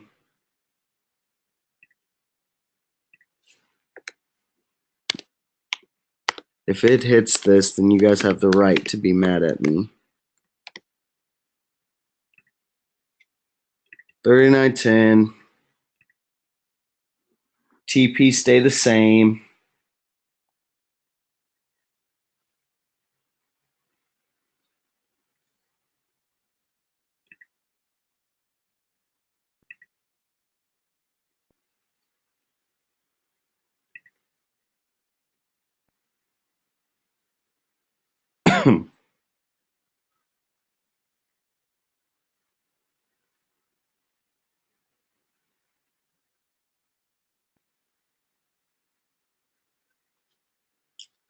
We could close and re-enter.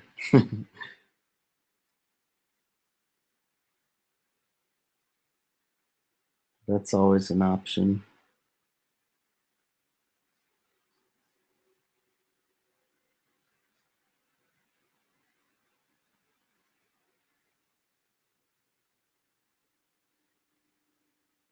Let's see what they do. Going a little over. So I want to see this.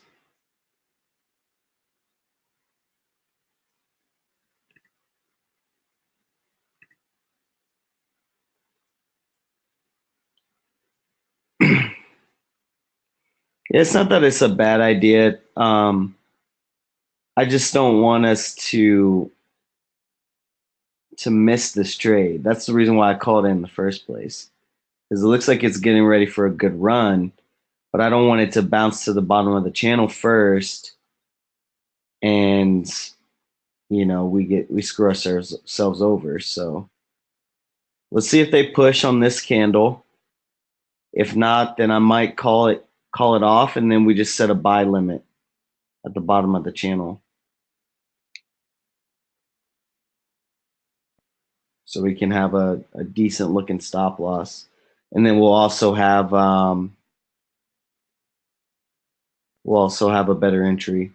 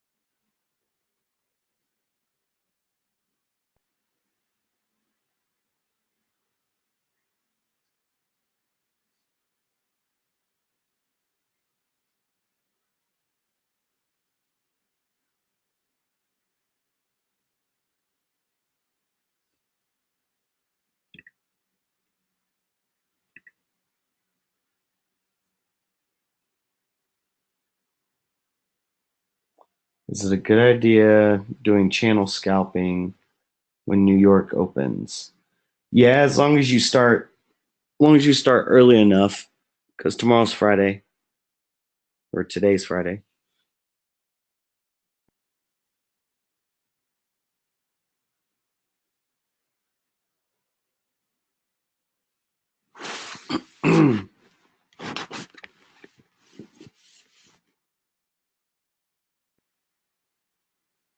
Let's hope that we get a big push with this candle here, and then we could just set stop loss at break even. If we could pull 15 pips or so out of this candle, then we could just reset our stop loss and not have to worry about it.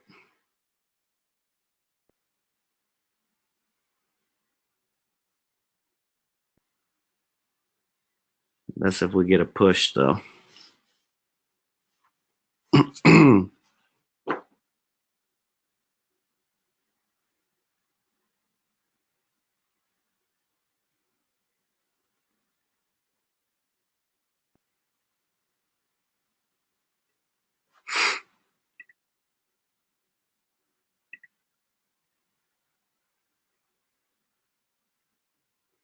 If you need to hop off, I totally understand.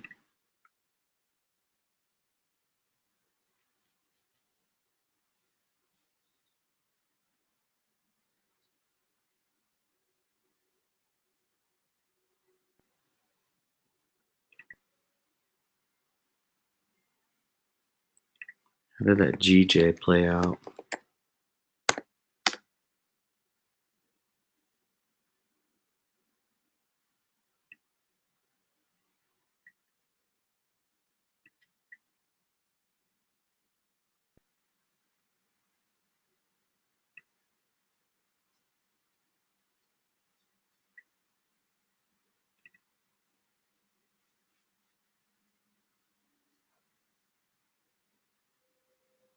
We got it.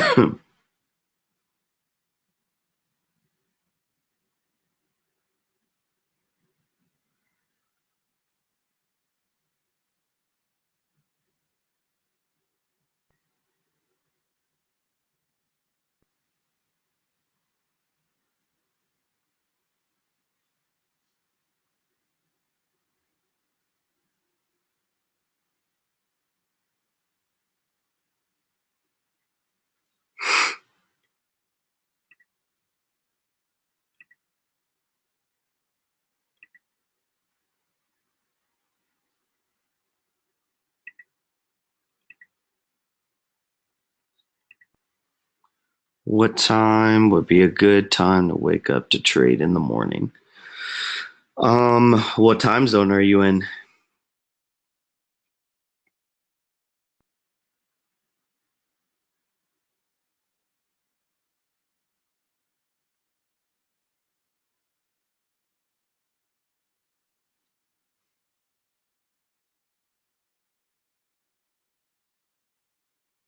Because if you're Eastern, a great time to wake up for you would probably be like maybe like 7:30, and you could probably trade pretty solid until maybe like 10:30 Eastern. About a good 3 hour session.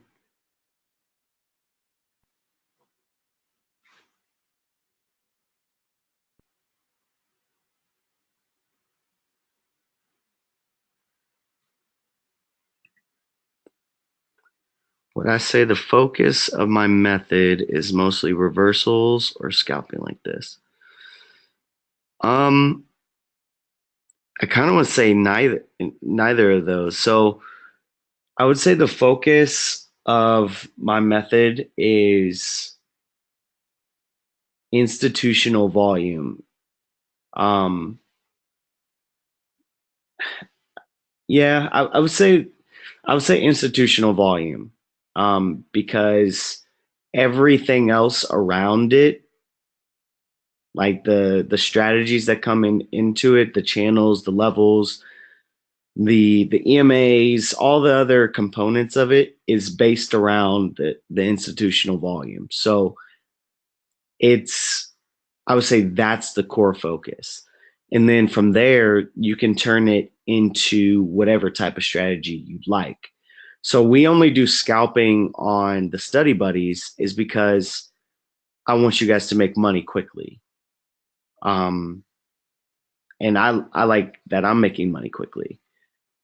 In terms of like the Forex Fortune Factory, so on and so forth, that's for a person who, they got the training, they're not getting hands-on stuff. They might be able to ask questions and stuff in the groups, but it's more so for them to make money over time, not really be too greedy. It's meant to help a person grow their account consistently.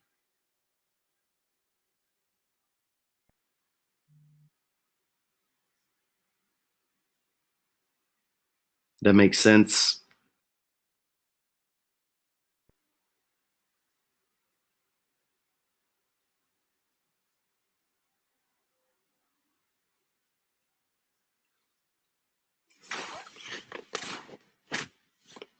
All the principles are pretty much the same, except when we're scalping, we have to think about a couple more things. We actually have to look at the candles. Um, on the hourly reversals, the candles and things, they don't really matter that much. They do, but they don't.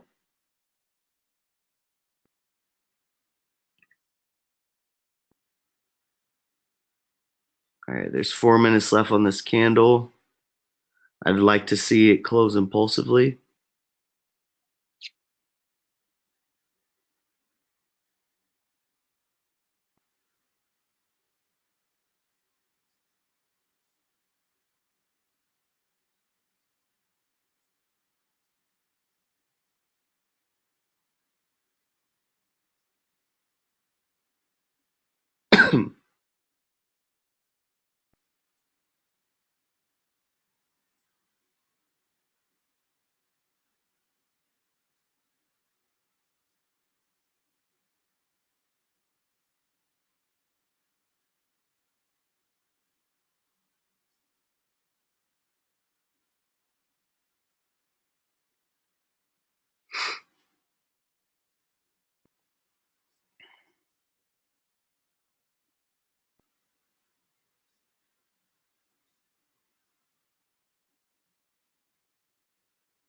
Keep pushing. I know you want to.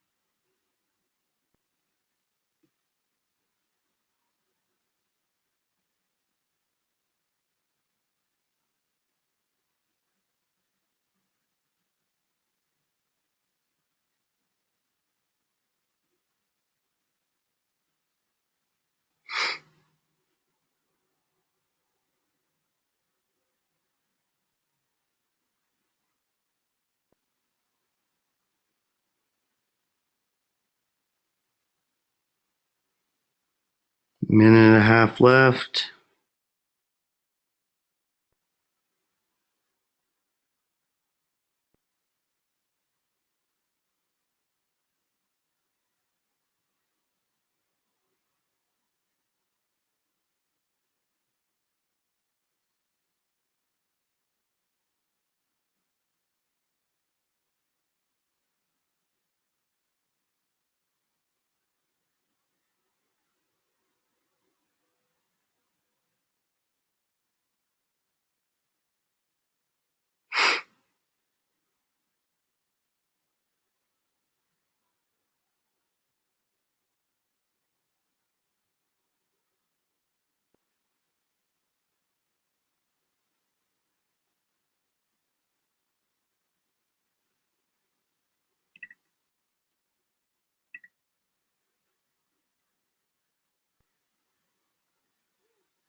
Just watch the replay, Michael.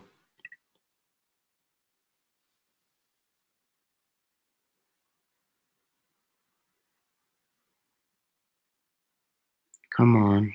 Keep pushing. Close impulsive. Come on, baby.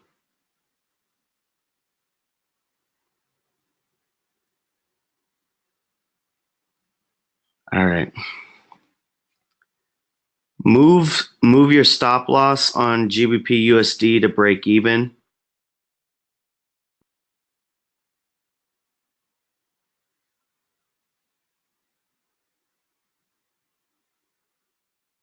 And then we can call it a night.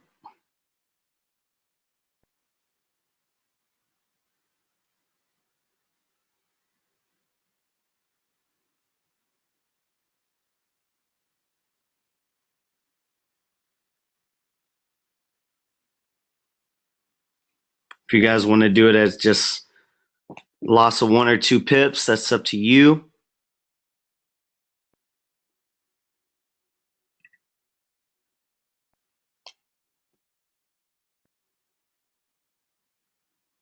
But I wanted to make sure that we had a trade that made sense. Because all this huge stop loss, I mean, if they would have kept pushing, that would have been the most logical thing. But that wouldn't have been logical for us since we got in too early. 39.48.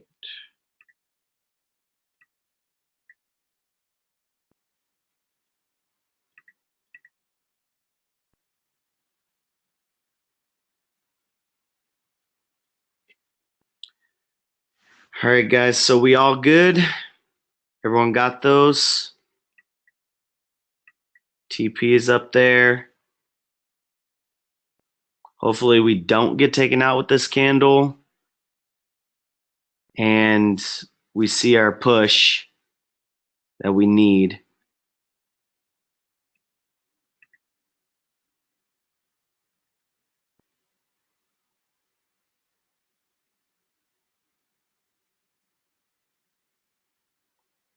Looks like everyone's good.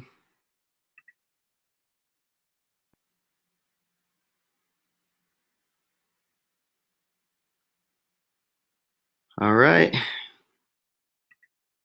Everyone have a great weekend. And I will see you all next week. Have a good night.